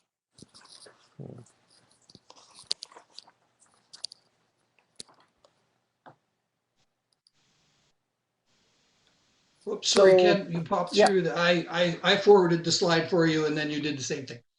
Oh, so these are other types of internal controls that you should set up. You should have a policy around purchasing. How much can be spent, over what period of time. You should have a clear policy on tendering. You shouldn't be proceeding with entering into contracts without following that clear policy. I mean, these are things that your ratepayers will want to know that you've thought through and you've got a plan. You should get confirmation on the monthly reconciliation and the cash handling to know that the books balance. You should have clear policy about compensation. Are raises automatic every year? Are there never any raises? I mean, which, either way can have an impact on your ability to do business. A policy around the credit card use. Who gets to use the card for what? And how is it approved? And how does those expenditures come before the board for review? You or council, you should be reviewing them on a monthly basis. What charges and by who? Where were the payments gone? And of course, the policy around financial reporting and investment. All of those things you should have clearly articulated. And once you get them, then it's just a question of reviewing those policies on an annual basis to say, do we need to change this? Is that out of date? Is it working? Is it not working? What do we need to adjust? But the initial work is just kind of making sure you've got them current and functioning. And after that, it's relatively easy to keep them that way.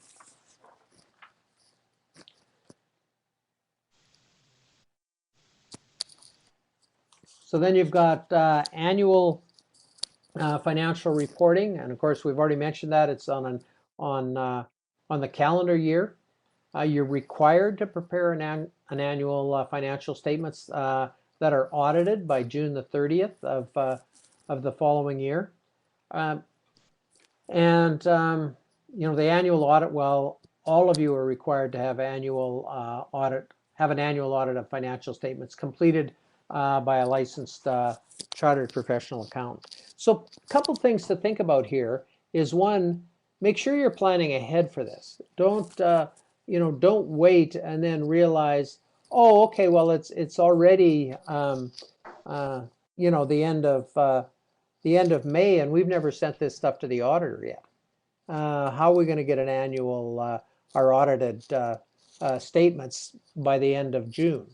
And of course, the question always is, well, if you don't file the annual audited report, then the question is, well, if you can't manage that, what else is going on? So make sure you have a work plan just to highlight the key things that you have to do over the period of the 12 months.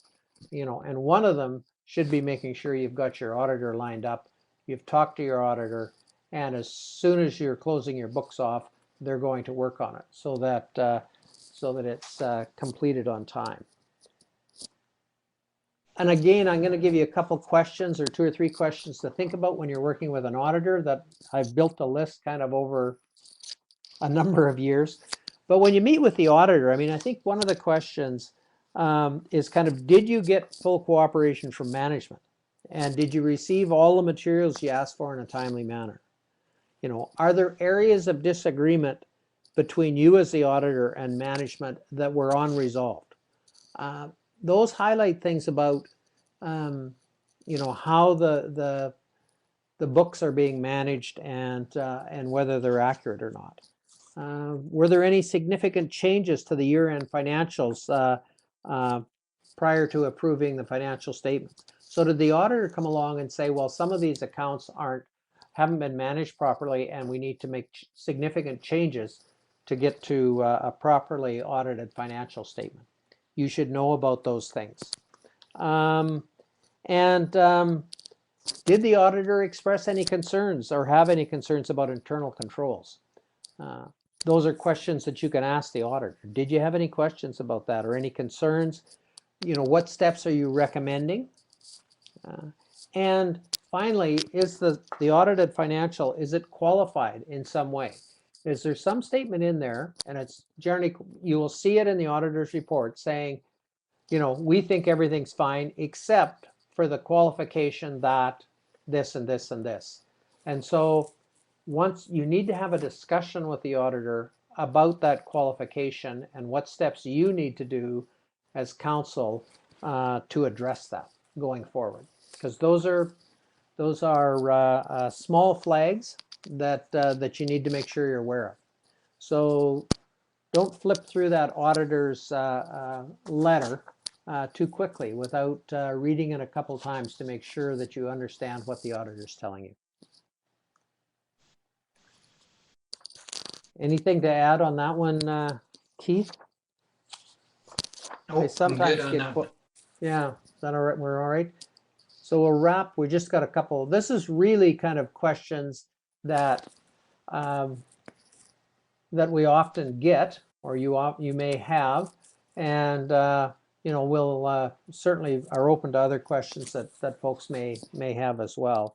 Why is the audited financial statement so expensive? Well, you have to have a qualified, licensed, chartered professional accountant do this, and they do quite a bit of work to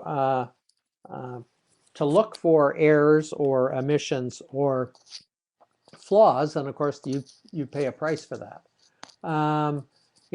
Does the auditor look for fraud?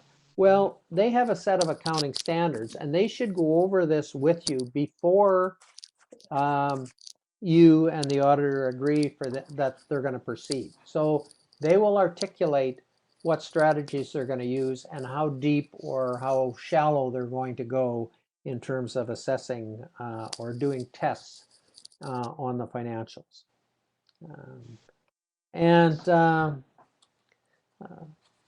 There's a question about, taxes are high, why are they so high when the municipality generates a surplus every year? Well, this might be, maybe I should let you answer this, Keith. Some of this ties back into amortization and how that works and reserves. Well, the accountant answer to that says, because municipalities are required to use full accrual accounting, you also have to record amortization in their financial statements in replace of capital expenditures as shown in the budget. So it looks like you're spending, it looks like you're actually getting more than you do. From a practical perspective, though, this is a legitimate question, And it's something that you could ask at when you're in the middle of your budget deliberations. You are not required to fund, and I think that's one of the questions that we have next, is are you required to fund the amortization expense in the financial statements? And you aren't. But one of the reasons why some municipalities are okay with running that a little bit of a surplus each year is because they invest that. They put that money away into reserve accounts and to allow for future expenditures, whether it be water and sewer or bridge replacement or equipment replacement or whatever. And it's not just as simple as saying, okay, well, you know what, we spent $1 million this year and you get $1.25 million in tax revenues. Why are you charging us so much? So there's often more to the story. Another question we get a lot of time is, can a base tax be legally applied to farmland and an RM? The answer is yes. It's not really a typical tax tool that you use in RMs very often, though. There is a municipal tax tool summary from government relations to see what tax tools all of the RMs in towns and villages and cities are using. So there's another little piece of research you might want to consider doing in terms of are you using your tax tools in an effective and a responsible manner.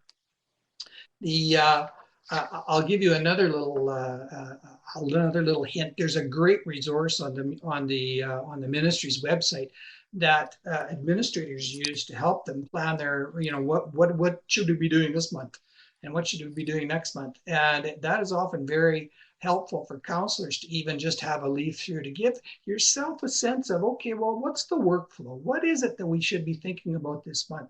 What do we wear? What, maybe I don't have to worry about it yet, but next month we do have to worry about it. So familiarize yourself with those resources on the ministry's website. It will give you, if nothing else, it will give you a great long list of questions to ask that are relevant in your circumstance.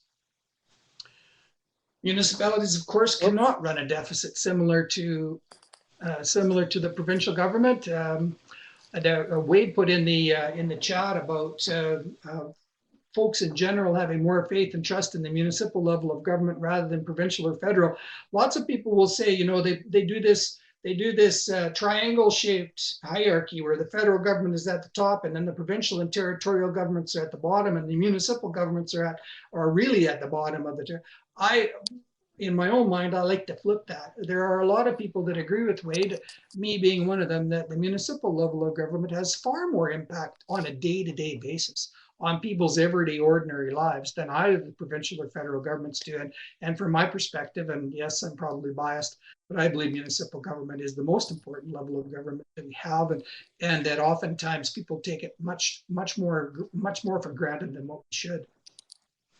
Already mentioned, you're not required to fund the annual amortization expense on the financial statements. However, as a planning tool and as a big picture context piece for councils to use as an indicator of our relative financial health and things we may need to worry about in the future, it's a good thing to be aware of. And that's one of the reasons why asset management is so important. That I spoke earlier about the infrastructure deficit that most municipalities are experiencing, and part of it is because for whatever reason, historically, councils have been reluctant to take a firmer hand in managing those sorts of things.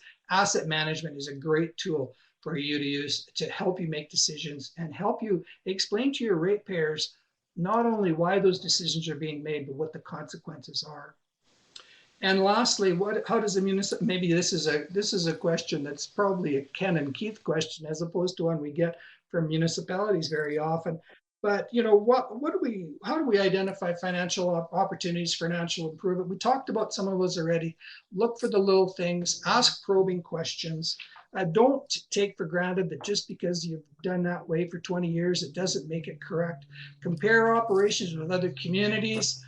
Figure out your cost per resident for services, talk about revenues generated on a per capita basis. Those are all high-level benchmarking exercises that can help you. That none of them by themselves give you the key to the kingdom, but when you take them all, they will help inform your decisions and make that good, solid, evidence-based decision that we were talking about earlier on.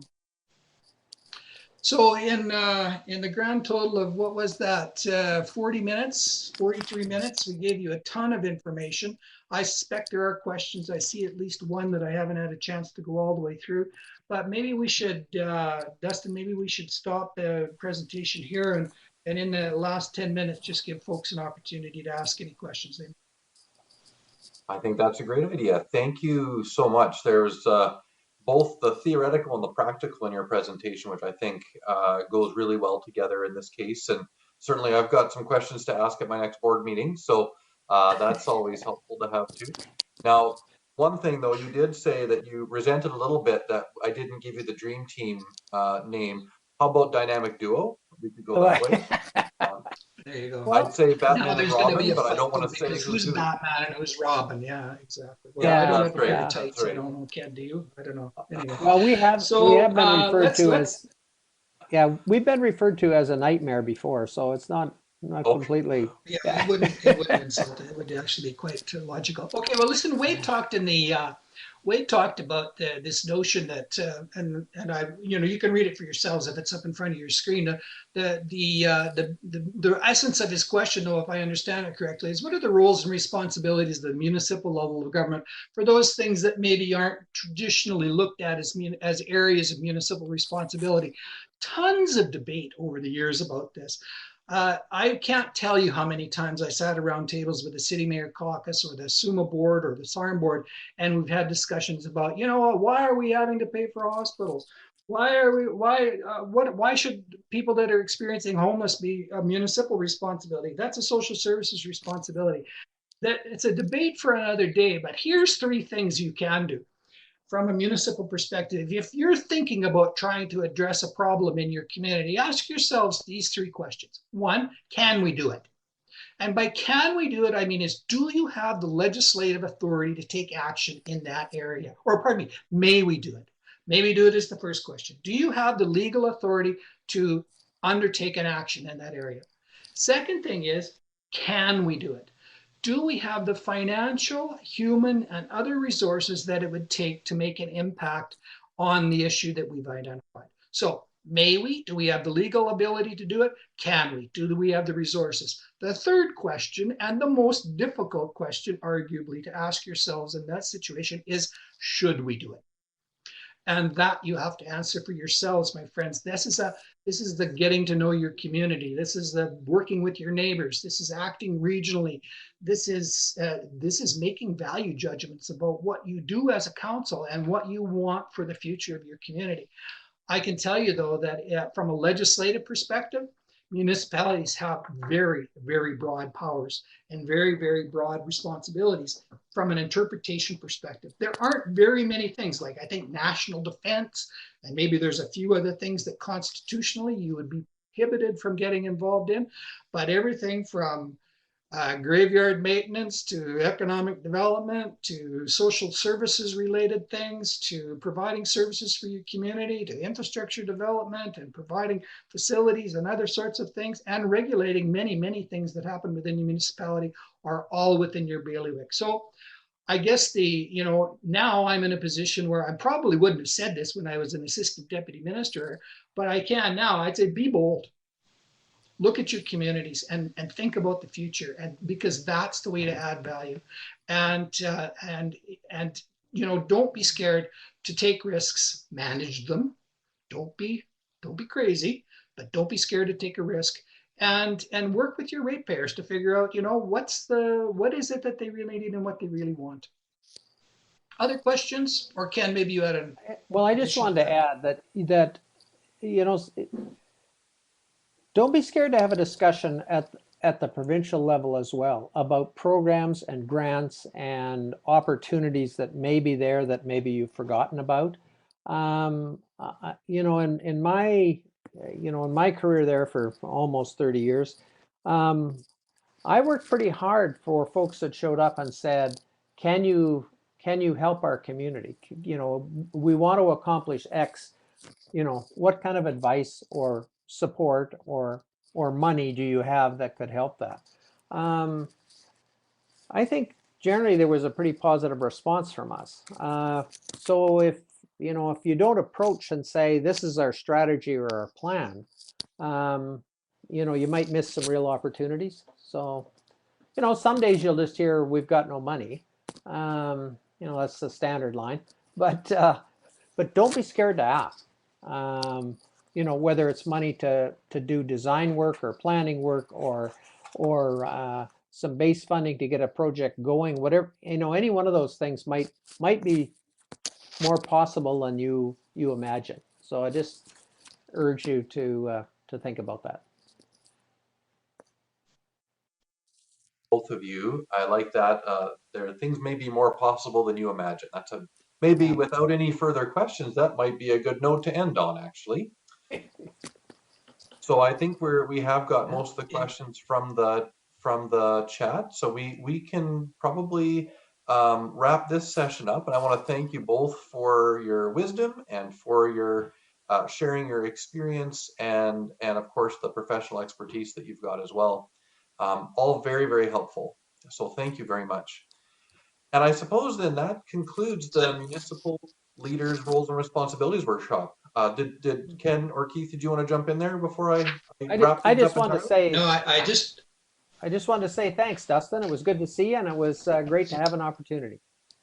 Absolutely. Yeah, and I wanted to echo that. I ran my finger. I didn't have my virtual finger, my mouse down the list of attendees, and there were quite a few names that I recognized, but there were lots that I didn't. And I just wanted to echo what Wade said in the comments again, that you know, the municipal governments have arguably the most difficult job to do, and have arguably the least resources to do it with. And I just, you know, from a personal perspective, I live in the city of Regina. I grew up in the arm of Lake Johnston. I lived in PA and North Battleford and a whole bunch of other places in between. And I never felt like the municipal government wasn't an organization that I could trust, and that I didn't always agree with what they did. Okay, but that's not necessary. I never doubted their motives, though, and I just wanted to say thank you to all the municipal leaders across the province for their time and their commitment and their dedication to their communities. It really is appreciated, even though you might not hear it that often.